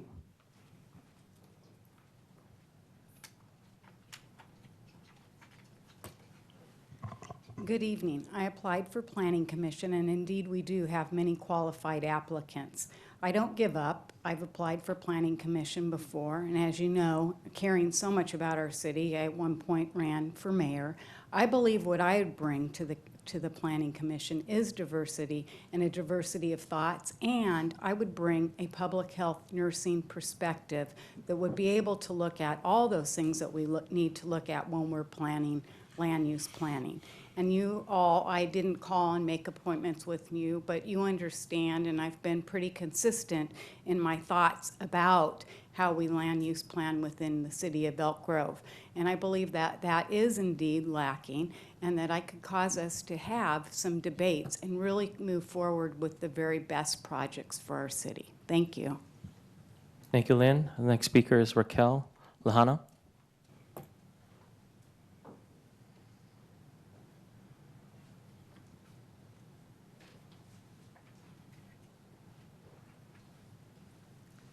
Good evening. Thank you very much, council members, mayor. I appreciate being here tonight, and I thank you for your time. I am Raquel Lujano. I want to give you a little background about myself. I am a mother of 2 daughters and a grandson that I have lived here in Elk Grove for 12 years. It's a beautiful city. I love it. I have grown to know a lot of people because I get very involved. I am involved with the school and my church, and also here with the city since the inception of the Multicultural Committee. I heard the call from a few of the members that asked if I could, were looking for volunteers because they needed help, and I stepped up to the plate for the very first year. And I have served on the Entertainment and Arts Committee and have worked to bring forth entertainment and the art that you've seen that has been produced there. And I'm very proud to say that the last 2 years have been very rewarding. I think I'm very happy to see Mr. Tidricky came and put a hand to our mural, and I'm just kind of a little emotional because it means so much to me. And it's just been so rewarding, and even if I'm not elected as a member of the committee, I still plan to be involved with it because it means I've seen such a growth of it, and especially with the No Place for Hate that was proclaimed. I would like to envision something like that for a theme for our art show coming up for the festival this year. I was involved at the farmers market, expanding the word, getting the word out to everybody. I think I saw Mr. Darren there, and thank you. And if you have any questions for me, I'll be happy to answer them. Thank you. Would you like to know more? I have it said enough. Oh, please let me say that I have enjoyed working with the staff here. You have excellent staff here. They are top-notch. Anytime I have any questions on anything or directions, they are definitely right there, and they get back to you really quickly.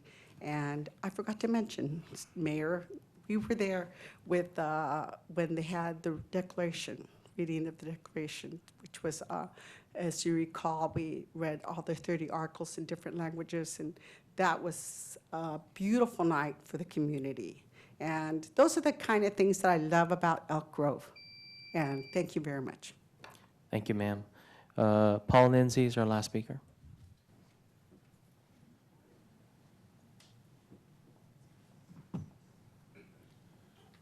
Good evening, Mayor Lee, council members. Won't take too much of your time.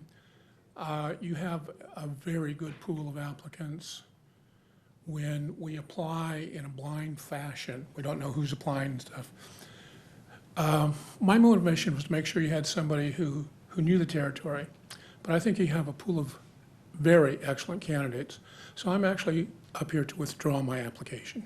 Thank you. Wow. Thank you, Mr. Lindsay. Seeing that there are no additional speaker, I want to close public comment. Council deliberation. Yes, shall we just entertain my nominations then? I think we should have some deliberation. Shall we waive our 10 o'clock rule as well? No. Oh, okay. All right. Vice Mayor? Yeah, so first of all, I think Paul, I applaud that you stepped aside. I mean, that takes a pretty big person to be able to do that, because you in a sense that you had such I believe it was 10 years on the Planning Commission previously.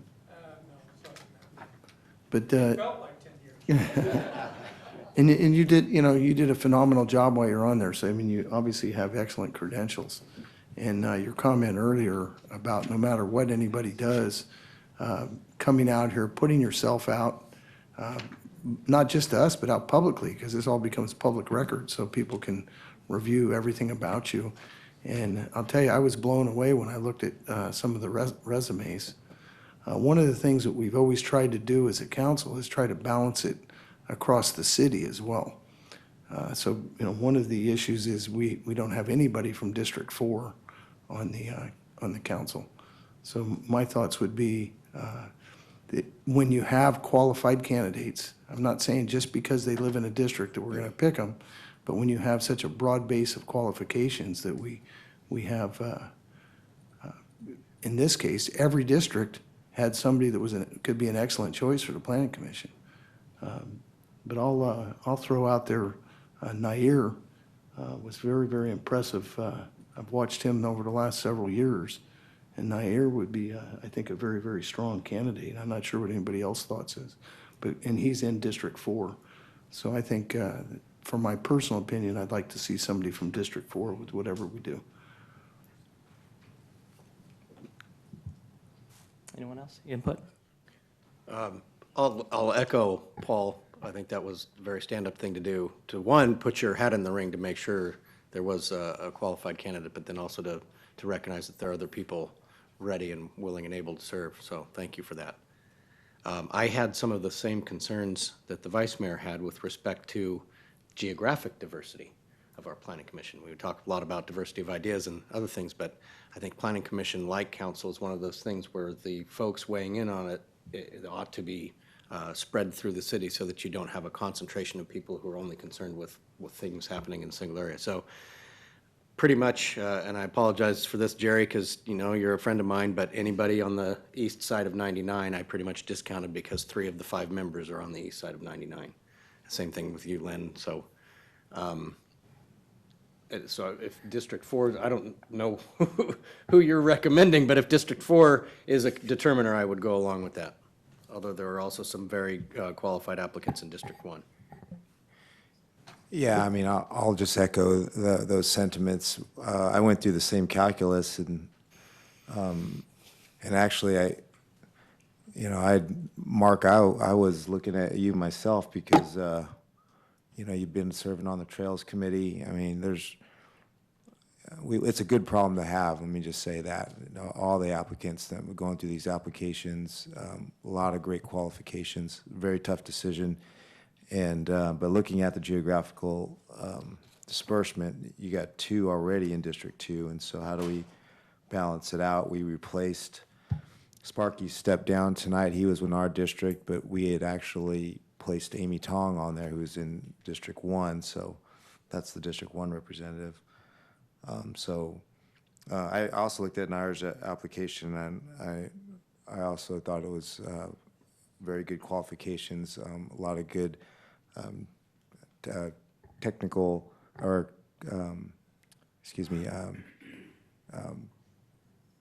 ability to reason, and which again everybody has that same ability. I mean, these applications are they're very comparable. So, but I also like Nair as well. Well, first, I want to thank all those who have put in for Planning Commission. The way I look at this is obviously District 4. Since I've been on the council, I haven't seen a planning commissioner from District 4, and that was the district that I represented. Not only that, but what I also look for is the person who is leaving the Planning Commission. I do acknowledge the fact that he is African American.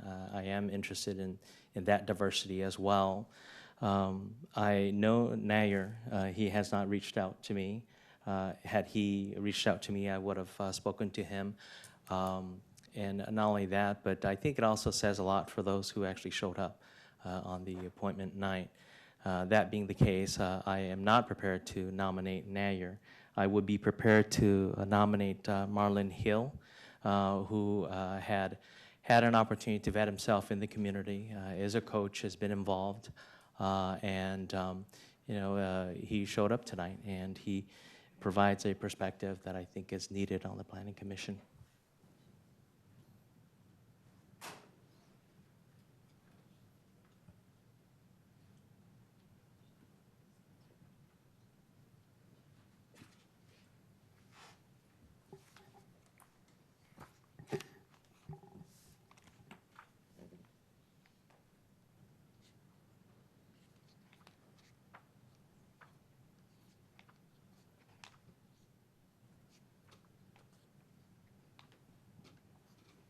Mayor, I don't hear a second. Do you have another person? Well, I would love to, I hear Nayer. It's not that I'm saying that he's not qualified. I would love an opportunity to meet with him, to fully vet him. But that not being the case, certainly I hear the consensus of my colleagues here, but I'm certainly not prepared to nominate Nayer.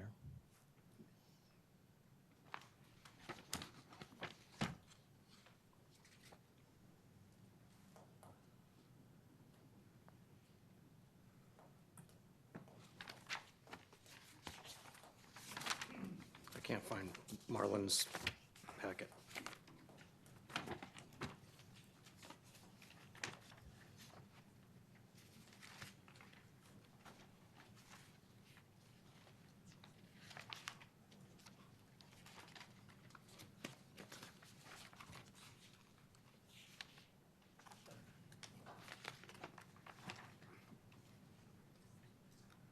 Mayor, do you want to go multicultural first? Sure. You guys want to do that? Right. Input, gentlemen? Multicultural? I like the idea of Father Ray brings the interfaith. It's something totally different than anything we have. And I think it brings a whole nother dimension to the multicultural committee.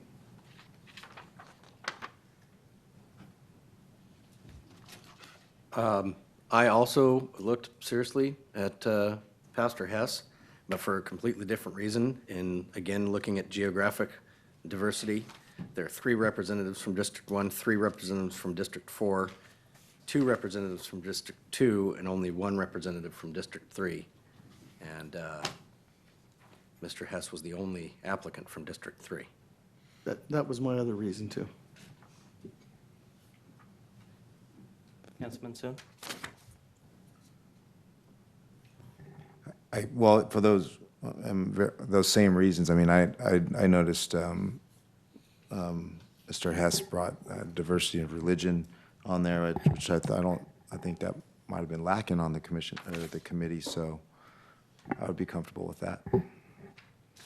And here again, I'll just say this, there are some outstanding applicants for this committee. Absolutely. Beyond qualified. Yeah. But again, they live in the sort of overrepresented districts. It's a good problem for us to have. Yeah, and I'd say Mr. Hess was one of my top picks as well. One of the things that I did consider here is the fact that we actually have representative from a different council district already. So that didn't necessarily weigh as much. I think that where I'm in the position of is I have looked at it, and I wasn't prepared to do this until the application was handed in front of me. Mr. Yang, who, when I was looking at this earlier, the application didn't seem as extensive as the one that was handed to me, and I don't know whether it was handed in late or not. Jason? This evening by Mr. Yang. So he had an initial, he filled out the application, and I think that's what's in the packet that was distributed. But what he submitted tonight was the materials that you have before you. Was there supplemental to that, or? Because the initial application was a handwritten application. That is correct. And then what was submitted tonight was submitted tonight. Oh, okay. Yeah. All right. Do we have any rules against late submittals or anything of that sort in terms of supplements to the application? If it had been received earlier in the day, it would have been a green sheet item that I would have distributed, but it's also part of his public comment, so it's items that he's submitted for consideration on the item. Preference would be that we have the materials prior to, so that we can get it out to everyone, so everyone has the same information. Right. So earlier in the So process. that being the case, gentlemen, obviously, in my book, if we're going to stick to the rules, that does seem late. Yeah. Is that a consensus? Yeah. I agree. Okay. That being the case, then that rules out Mr. Yang. I certainly am in support of Mr. Hess, and I will entertain and push his name forward for a nomination on the Multicultural Committee. I'll second that. We have motion second. Aye. Aye. Aye. All right. Congratulations to Hess. You're going to be busy. Congratulations. All right, so let's go back to Planning Commission. Are we going to resolve this tonight, or should I take this back and continue it for the next meeting? Well, I'll just say for kind of some of the things that I was looking at here, if you're looking outside of the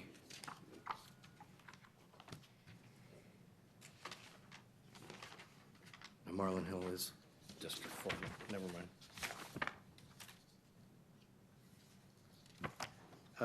I have to say from experience standpoints,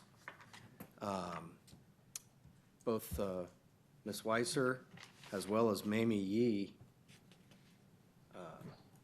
Ms. Weiser in her day job and Mamie Yee in her former job as Chief of Staff for Supervisor Jimmy Yee, probably bring the most to the table from a planning perspective, if that's of importance. I mean, if I think about who's on the Planning Commission now, you know, Sparky was the planning expert for the Planning Commission. Yeah.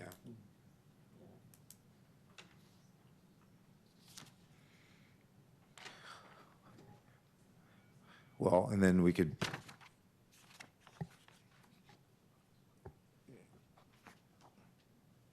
I think both would be good.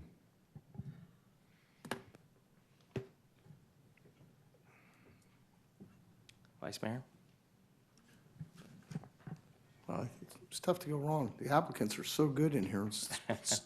You know, what you gain on one thing, you lose somewhere else. You know, I've met with Mackenzie. I mean, I know Mamie Yee for years, but I've met with Mackenzie, very, very, very qualified. I mean, if the pleasure were Mackenzie with her background, I could support that. You know, and I have to say, I did meet with Mackenzie, and the meeting was very informative. She certainly is qualified. My only reservation is we're losing a gentleman who's active in the African-American community, and that would be something that's important to me as well. And so that's part of the reasons why Marlon stood up amongst the crowd. But I do acknowledge Councilman Hume's point. I think Mackenzie is very qualified.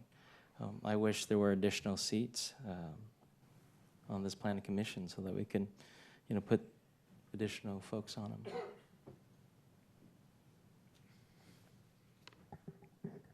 So I'll just say that, I mean, I don't,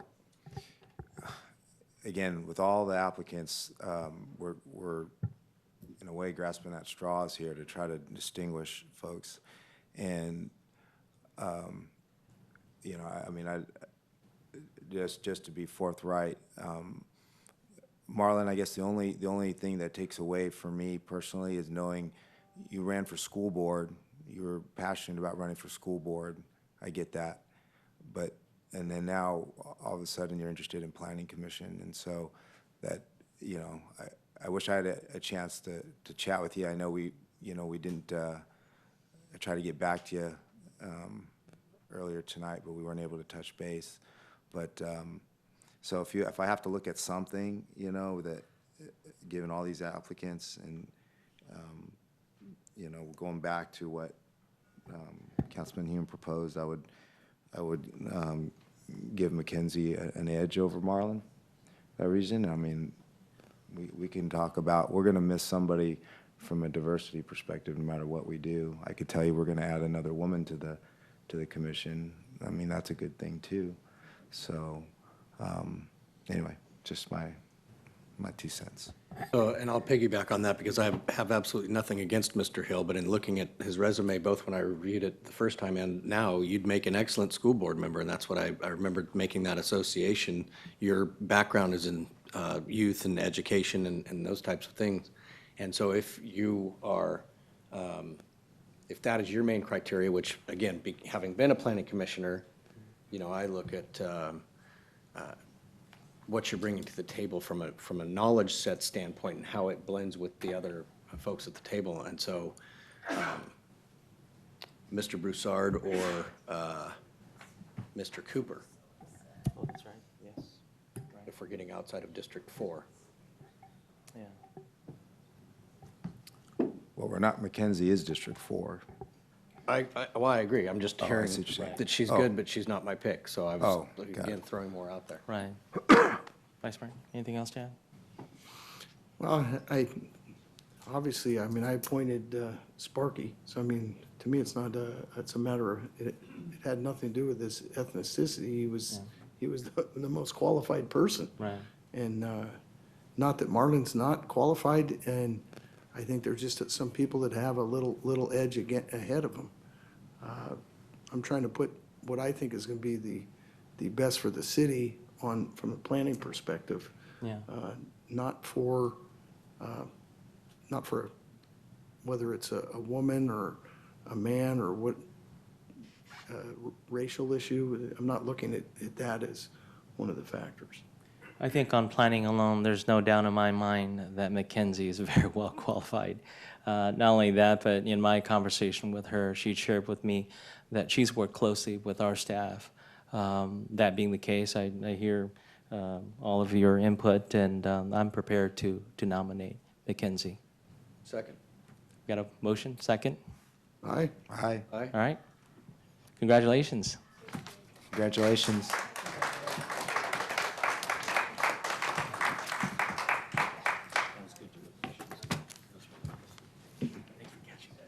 Which one? Oh.